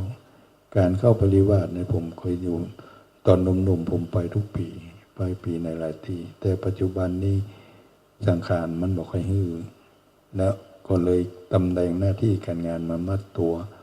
ก็มีโอกาสน้อยที่จะได้เข้าปฏิบัติเพราะฉะนั้นก็หนุ่มๆนี่ก็ไปหาประสบการณ์ไปหาความรู้หาครูบาอาจารย์หลายๆที่นั้นเราก็จะต้องไปดูเพื่อว่าเราจะเอามาเป็นตัวอย่างให้กับรุ่นหลังต่อไป เราคิดว่าเราไปศึกษาเรียนรู้มา แล้วก็พุทธศาสนาของเราเนี่ยเราก็อยากจะรักเหมือนกันทุกคนทุกท่านว่าเรามีพ่อองค์เดียวกันคือพระสัมมาสัมพุทธเจ้าเราช่วยกันเราจะไปแข่งแย่งกันใครทำดีเราก็ส่งเสริมใครอันที่ทำมาได้เราก็ขอดูไปก่อนแล้วต่อไปอนาคตเราก็ทำเป็นเพราะฉะนั้นท่านทั้งหลายบางทีเราหนุ่มน้อยเราก็จะไปเต้าก็ไปทีละขั้นผมสมัยแต่ก่อนนี้ผมอยู่นั่งบนแท่นอาสนะสงฆ์นี้จะหยุดองค์สุดท้ายปัจจุบันนี้ขับเพื่อนมาในอำเภอโดยรอนี้เป็นรูปที่สองที่อาวุโสหลวงพ่อเจ้าคณะที่ปรึกษาเจ้าคณะอำเภอท่าน80แล้วท่านก็อาวุโสที่เราเคารพนับถืออยู่แล้วก็เรานี่ก็รับใช้งานของท่านมาตลอดแล้วก็ตอนนี้ท่านได้เป็นที่ปรึกษาก็พักงานเพราะฉะนั้นเราชาวพุทธเราจะศรัทธาพุทธศาสนิกชนนั้นเข้าวัดได้สมัยผมเป็นเณรสมัยผมเป็นพระหนุ่มๆนั้นศรัทธาญาติโยมทั้งหลายเข้าวัดส่วนน้อยกว่าปัจจุบันอาศัยสื่อเหล่านี้คือว่าทางสถานีวิทยุเนี่ยศรัทธาญาติโยมเข้าวัดเข้ามามากกว่าสมัยโบราณนี่ถ้าเวลาว่าอันช่วงเอาพรรษาแล้วนี่ศรัทธาญาติโยมนี่จะมาวัดมากี่คนปัจจุบันแต่ละวัดทางล้านนานี่พระสงฆ์ถ้าวันพระนี้ก็มีเหมือนในกลางพรรษาศรัทธาญาติโยมมาเสมอต้นเสมอปลายเพราะทำการเผยแพร่ทางด้านสื่อของเรานี้มีกำลังหลักช่วยได้อย่างดีเลยท่านทั้งหลายเพราะฉะนั้นผมก็คิดว่าคณะสงฆ์เรานี่สงฆ์ไทยเราเนี่ยถ้าว่าช่วยกันทำแล้วก็ช่วยกันเผยแพร่ตามกำลังความสามารถแต่ละรูปแต่ละองค์แล้วผมว่ามันอยู่ในวิสัยทัศน์ที่พวกเราทั้งหลายทำได้ทำที่เราทำได้ถ้าหากว่าคนอื่นทำดีเราส่งเสริมถ้าหากว่าทำมาได้เราก็ดูไปก่อนต่อไปคนเราก็ทำเป็นถ้าฉะนั้นงานพุทธศาสนาเป็นหน้าที่ของเราทุกท่านเพราะฉะนั้นผมที่ได้มาไต่เต้ามาถึงระดับนี้แล้วนั้นผมก็คิดว่าอาศัยทีมงานพระสงฆ์ที่ช่วยเหลือกันปรึกษาหารือการทำงานกันเป็นทีมแล้วก็ทำให้งานออกมาในภาพรวมดีขึ้นแล้วก็มันมีการผิดพลาดน้อยเพราะฉะนั้นผมขออยากจะให้คณะสงฆ์ของเรามีความสมานสามัคคีกันจะไปอิจฉาตาร้อนต่อกันบางทีนี่อยู่วัดเดียวกันก็ยังไปคนละทิศละทางเพราะฉะนั้นก็เลยทำให้มันงานระดับวัดก็ยังไปมาได้ไประดับตำบลอีกไประดับอำเภอไประดับสูงถึงจังหวัดภาคเนี่ยไปหามันจะทำให้มันแตกแยกกันเพราะฉะนั้นผมว่าพระสงฆ์เราเนี่ยจะต้องทำเป็นตัวอย่างคือศรัทธาญาติโยมทั้งหลายดีกว่าสอนโดยคำพูดพระสงฆ์เรานะถ้าทำกันเป็นทีมเป็นคณะแล้วท่านทั้งหลายลองนึกดูว่างานพุทธศาสนามันไปได้ไวการศึกษาการเผยแพร่การอะไรอย่างไรนะผมนี่วันพรุ่งนี้ตื่นเช้าประมาณสัก5 โมงก็ผมก็จะเดินทางไปท่าสองอย่าง เพื่อว่าจะไปจะลีกไปอย่างบ้านส่วนชาวเขาเผ่ากะเหรี่ยง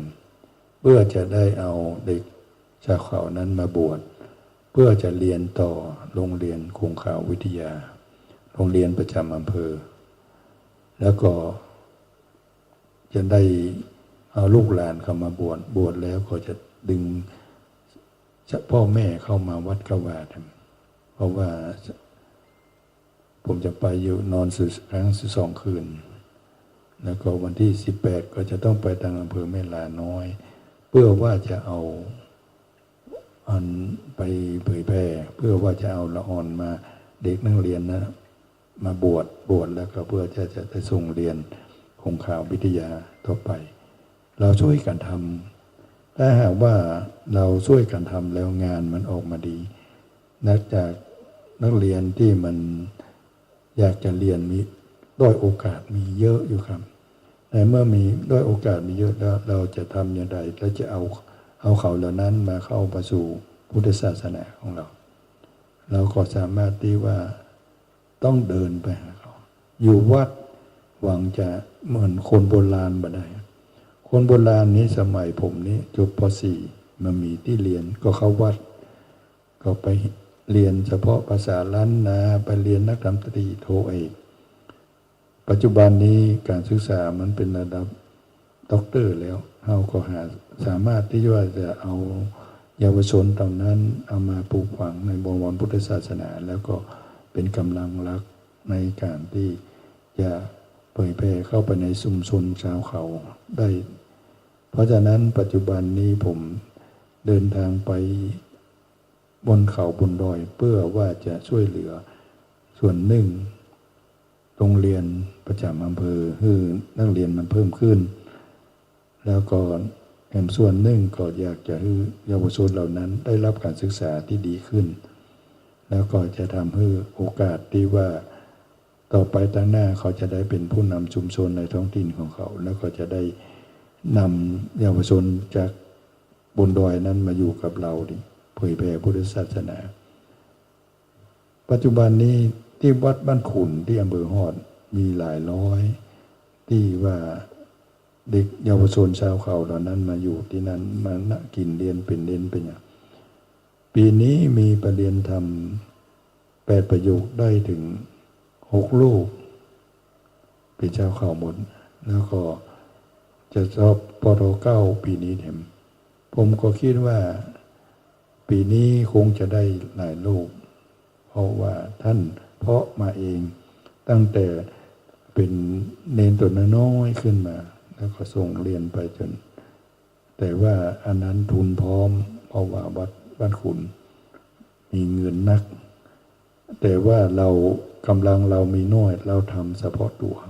ดีกว่าไม่ทำเพราะฉะนั้นขอฝากคือคณะสงฆ์เฮาที่มาเข้าปฏิบัตินี้ว่าทุกท่านกลับไปวัดแล้วเราก็อยากจะให้ท่านทั้งหลายช่วยกันเผยแผ่พุทธศาสนาปัจจุบันนี้คนบวชน้อยคนเกิดมีน้อย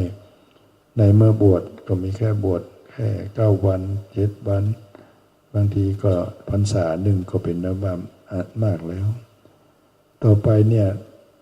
ทายาทของพุทธศาสนาของเราเนี่ยมันจะลดน้อยไปเรื่อยๆในเมื่อลดน้อยไปเรื่อยๆแล้วก็คิดว่าต่อไปภายหน้าศาสนาอื่นเพื่อก็ลุกหนักในเมื่อลุกหนักแล้วเราจะไปโทษเพิ่นก็บ่ได้จะไปโทษเขาบ่ได้เพราะว่าเราไม่ช่วยกันเรามาเป็นหนึ่งเดียวกันถ้าเราเป็นหนึ่งเดียวกันนั้นท่านทั้งหลายเราก็คงจะพัฒนาพุทธศาสนาได้กว้างขวางไปผมก็มีความศรัทธาในสายของวัดพระธรรมกายปัจจุบันนี้เผยแพร่ไปทั่วโลกละไปหลายประเทศคนหันมานับถือพุทธศาสนาเขาทางพวกตะวันตกนั่นก็มาท่านทางตะวันออกก็มาเขานับถือศาสนาพุทธของเขานักพอสมควรอันนี้กำลังมีมากแต่ว่า เราทั้งหลายเราขอรักษาในท้องถิ่นเรา บ่ฮือศาสนาอื่นมาลุกมาแย่งศาสนิกของเขาไป ก็คนนับว่าดีที่สุดแล้วคณะสงฆ์ในอำเภอโดยหล่อเนี่ยพยายามที่ปกป้องพุทธศาสนิกชนของเราเนี่ยแต่ศาสนาอื่นนี่ไม่ค่อยเข้ามา เพราะว่าความสามัคคีของคณะสงฆ์นี่ช่วยกันทำงาน แล้วก็ทำให้งานของพุทธศาสนาออกมาในภาพรวมที่ดี แล้วก็ช่วยกันคิดช่วยกันทำเพราะฉะนั้นผมก็คิดว่าผมมาพบปะกับท่านทั้งหลายในวันนี้นั้นผมก็ขอฝากความหวังไว้ว่าทุกท่านช่วยกัน เพื่อว่าจะจันลงพุทธศาสนาและรักษาพุทธศาสนิกชนของเราคืออยู่ในเป็นศาสนิกชนของพุทธศาสนามั่นคงยิ่งขึ้นไปเพราะฉะนั้นในวันนี้ผมก็คงมีเวลาน้อย เพราะว่าอันเช็ดจากนี้ผมจะต้องไปเซ็นหนังสือ เพื่อว่าจะได้ประชุมคณะสงฆ์วันที่19แถมเพราะว่าเลขาเขาท่านทำจะได้วันนี้ผมไปเซ็นเอกสารแล้วก็จะได้เชิญส่วนราชการกำนันผู้ใหญ่บ้านตลอดจนถึงคณะสงฆ์ในอำเภอนี้ประชุมในที่19ที่จะสร้างพุทธมณฑลขออันผมก็ขอเวลาของท่านทั้งหลายเพียงแค่นี้ในโอกาสที่ท่านทั้งหลายมาประพฤติปฏิบัติปฏิบัติกรรมในวันนี้ผมในฐานะที่เป็นผู้ดูแลคณะสงฆ์ในอำเภอโดยหล่อนี้มีความภาคภูมิใจมีความยินดีเป็นอย่างมากที่ท่านทั้งหลายได้มาเข้าปฏิบัติกรรมที่วัดม่อนฤาษีแห่งนี้นั้นคือบางลูกบางองค์นั้นก็มาหลายรอบแล้วผมก็มีความยินดีเป็นอย่างขอต้อนรับทุกท่านด้วยความยินดีเป็นอย่างยิ่งบุญกุศลอันเจตนาบริสุทธิ์ที่ทั้งหลายได้บำเพ็ญในวันนี้และบำเพ็ญมาตลอดนั้นก็ขอเป็นพระปัจจัยปกห่มรักษาอย่างตนตัวท่านทั้งหลายพร้อมด้วยบริบาลอยู่ดีมีสุขเจริญไปด้วยอายุวรรณะสุขะพละปฏิภาณธนสารสมบัติพิพัฒน์มงคลสมบูรณ์ผลไปโดยลาภยศสรรเสริญสุขจงตั้งมั่นอยู่ในสัจธรรมนำตนให้พ้นทุกข์ประสบสุขอันไพบูรณ์คือมรรคผลพระนิพพานด้วยกันทุกคนทุกท่านด้วยเถิด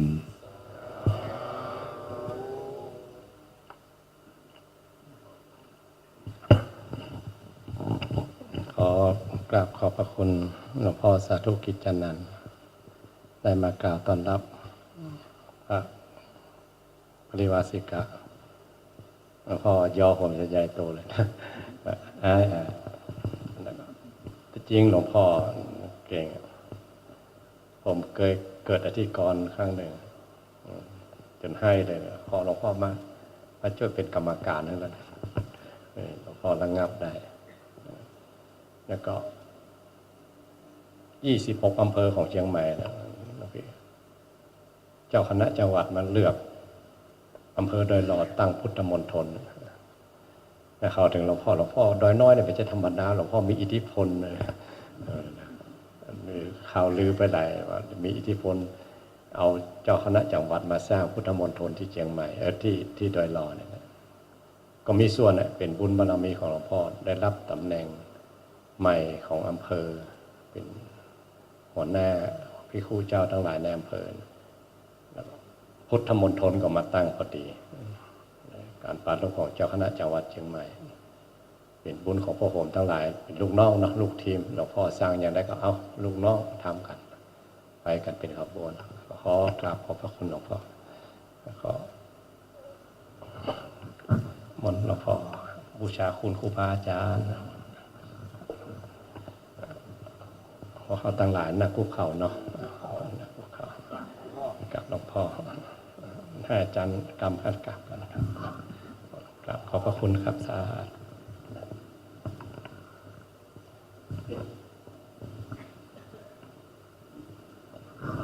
พระปริวาสิกาทุกรูปกราบขอรับพรกับหลวงพ่อครับ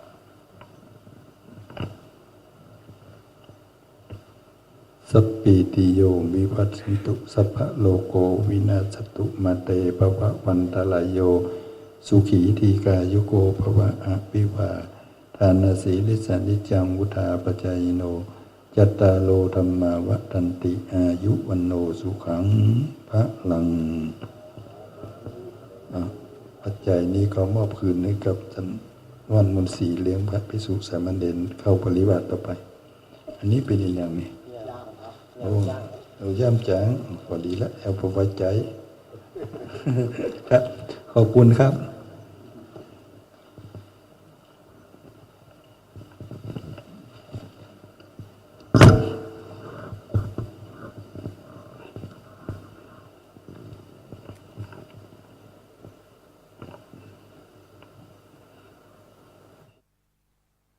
ตอนนี้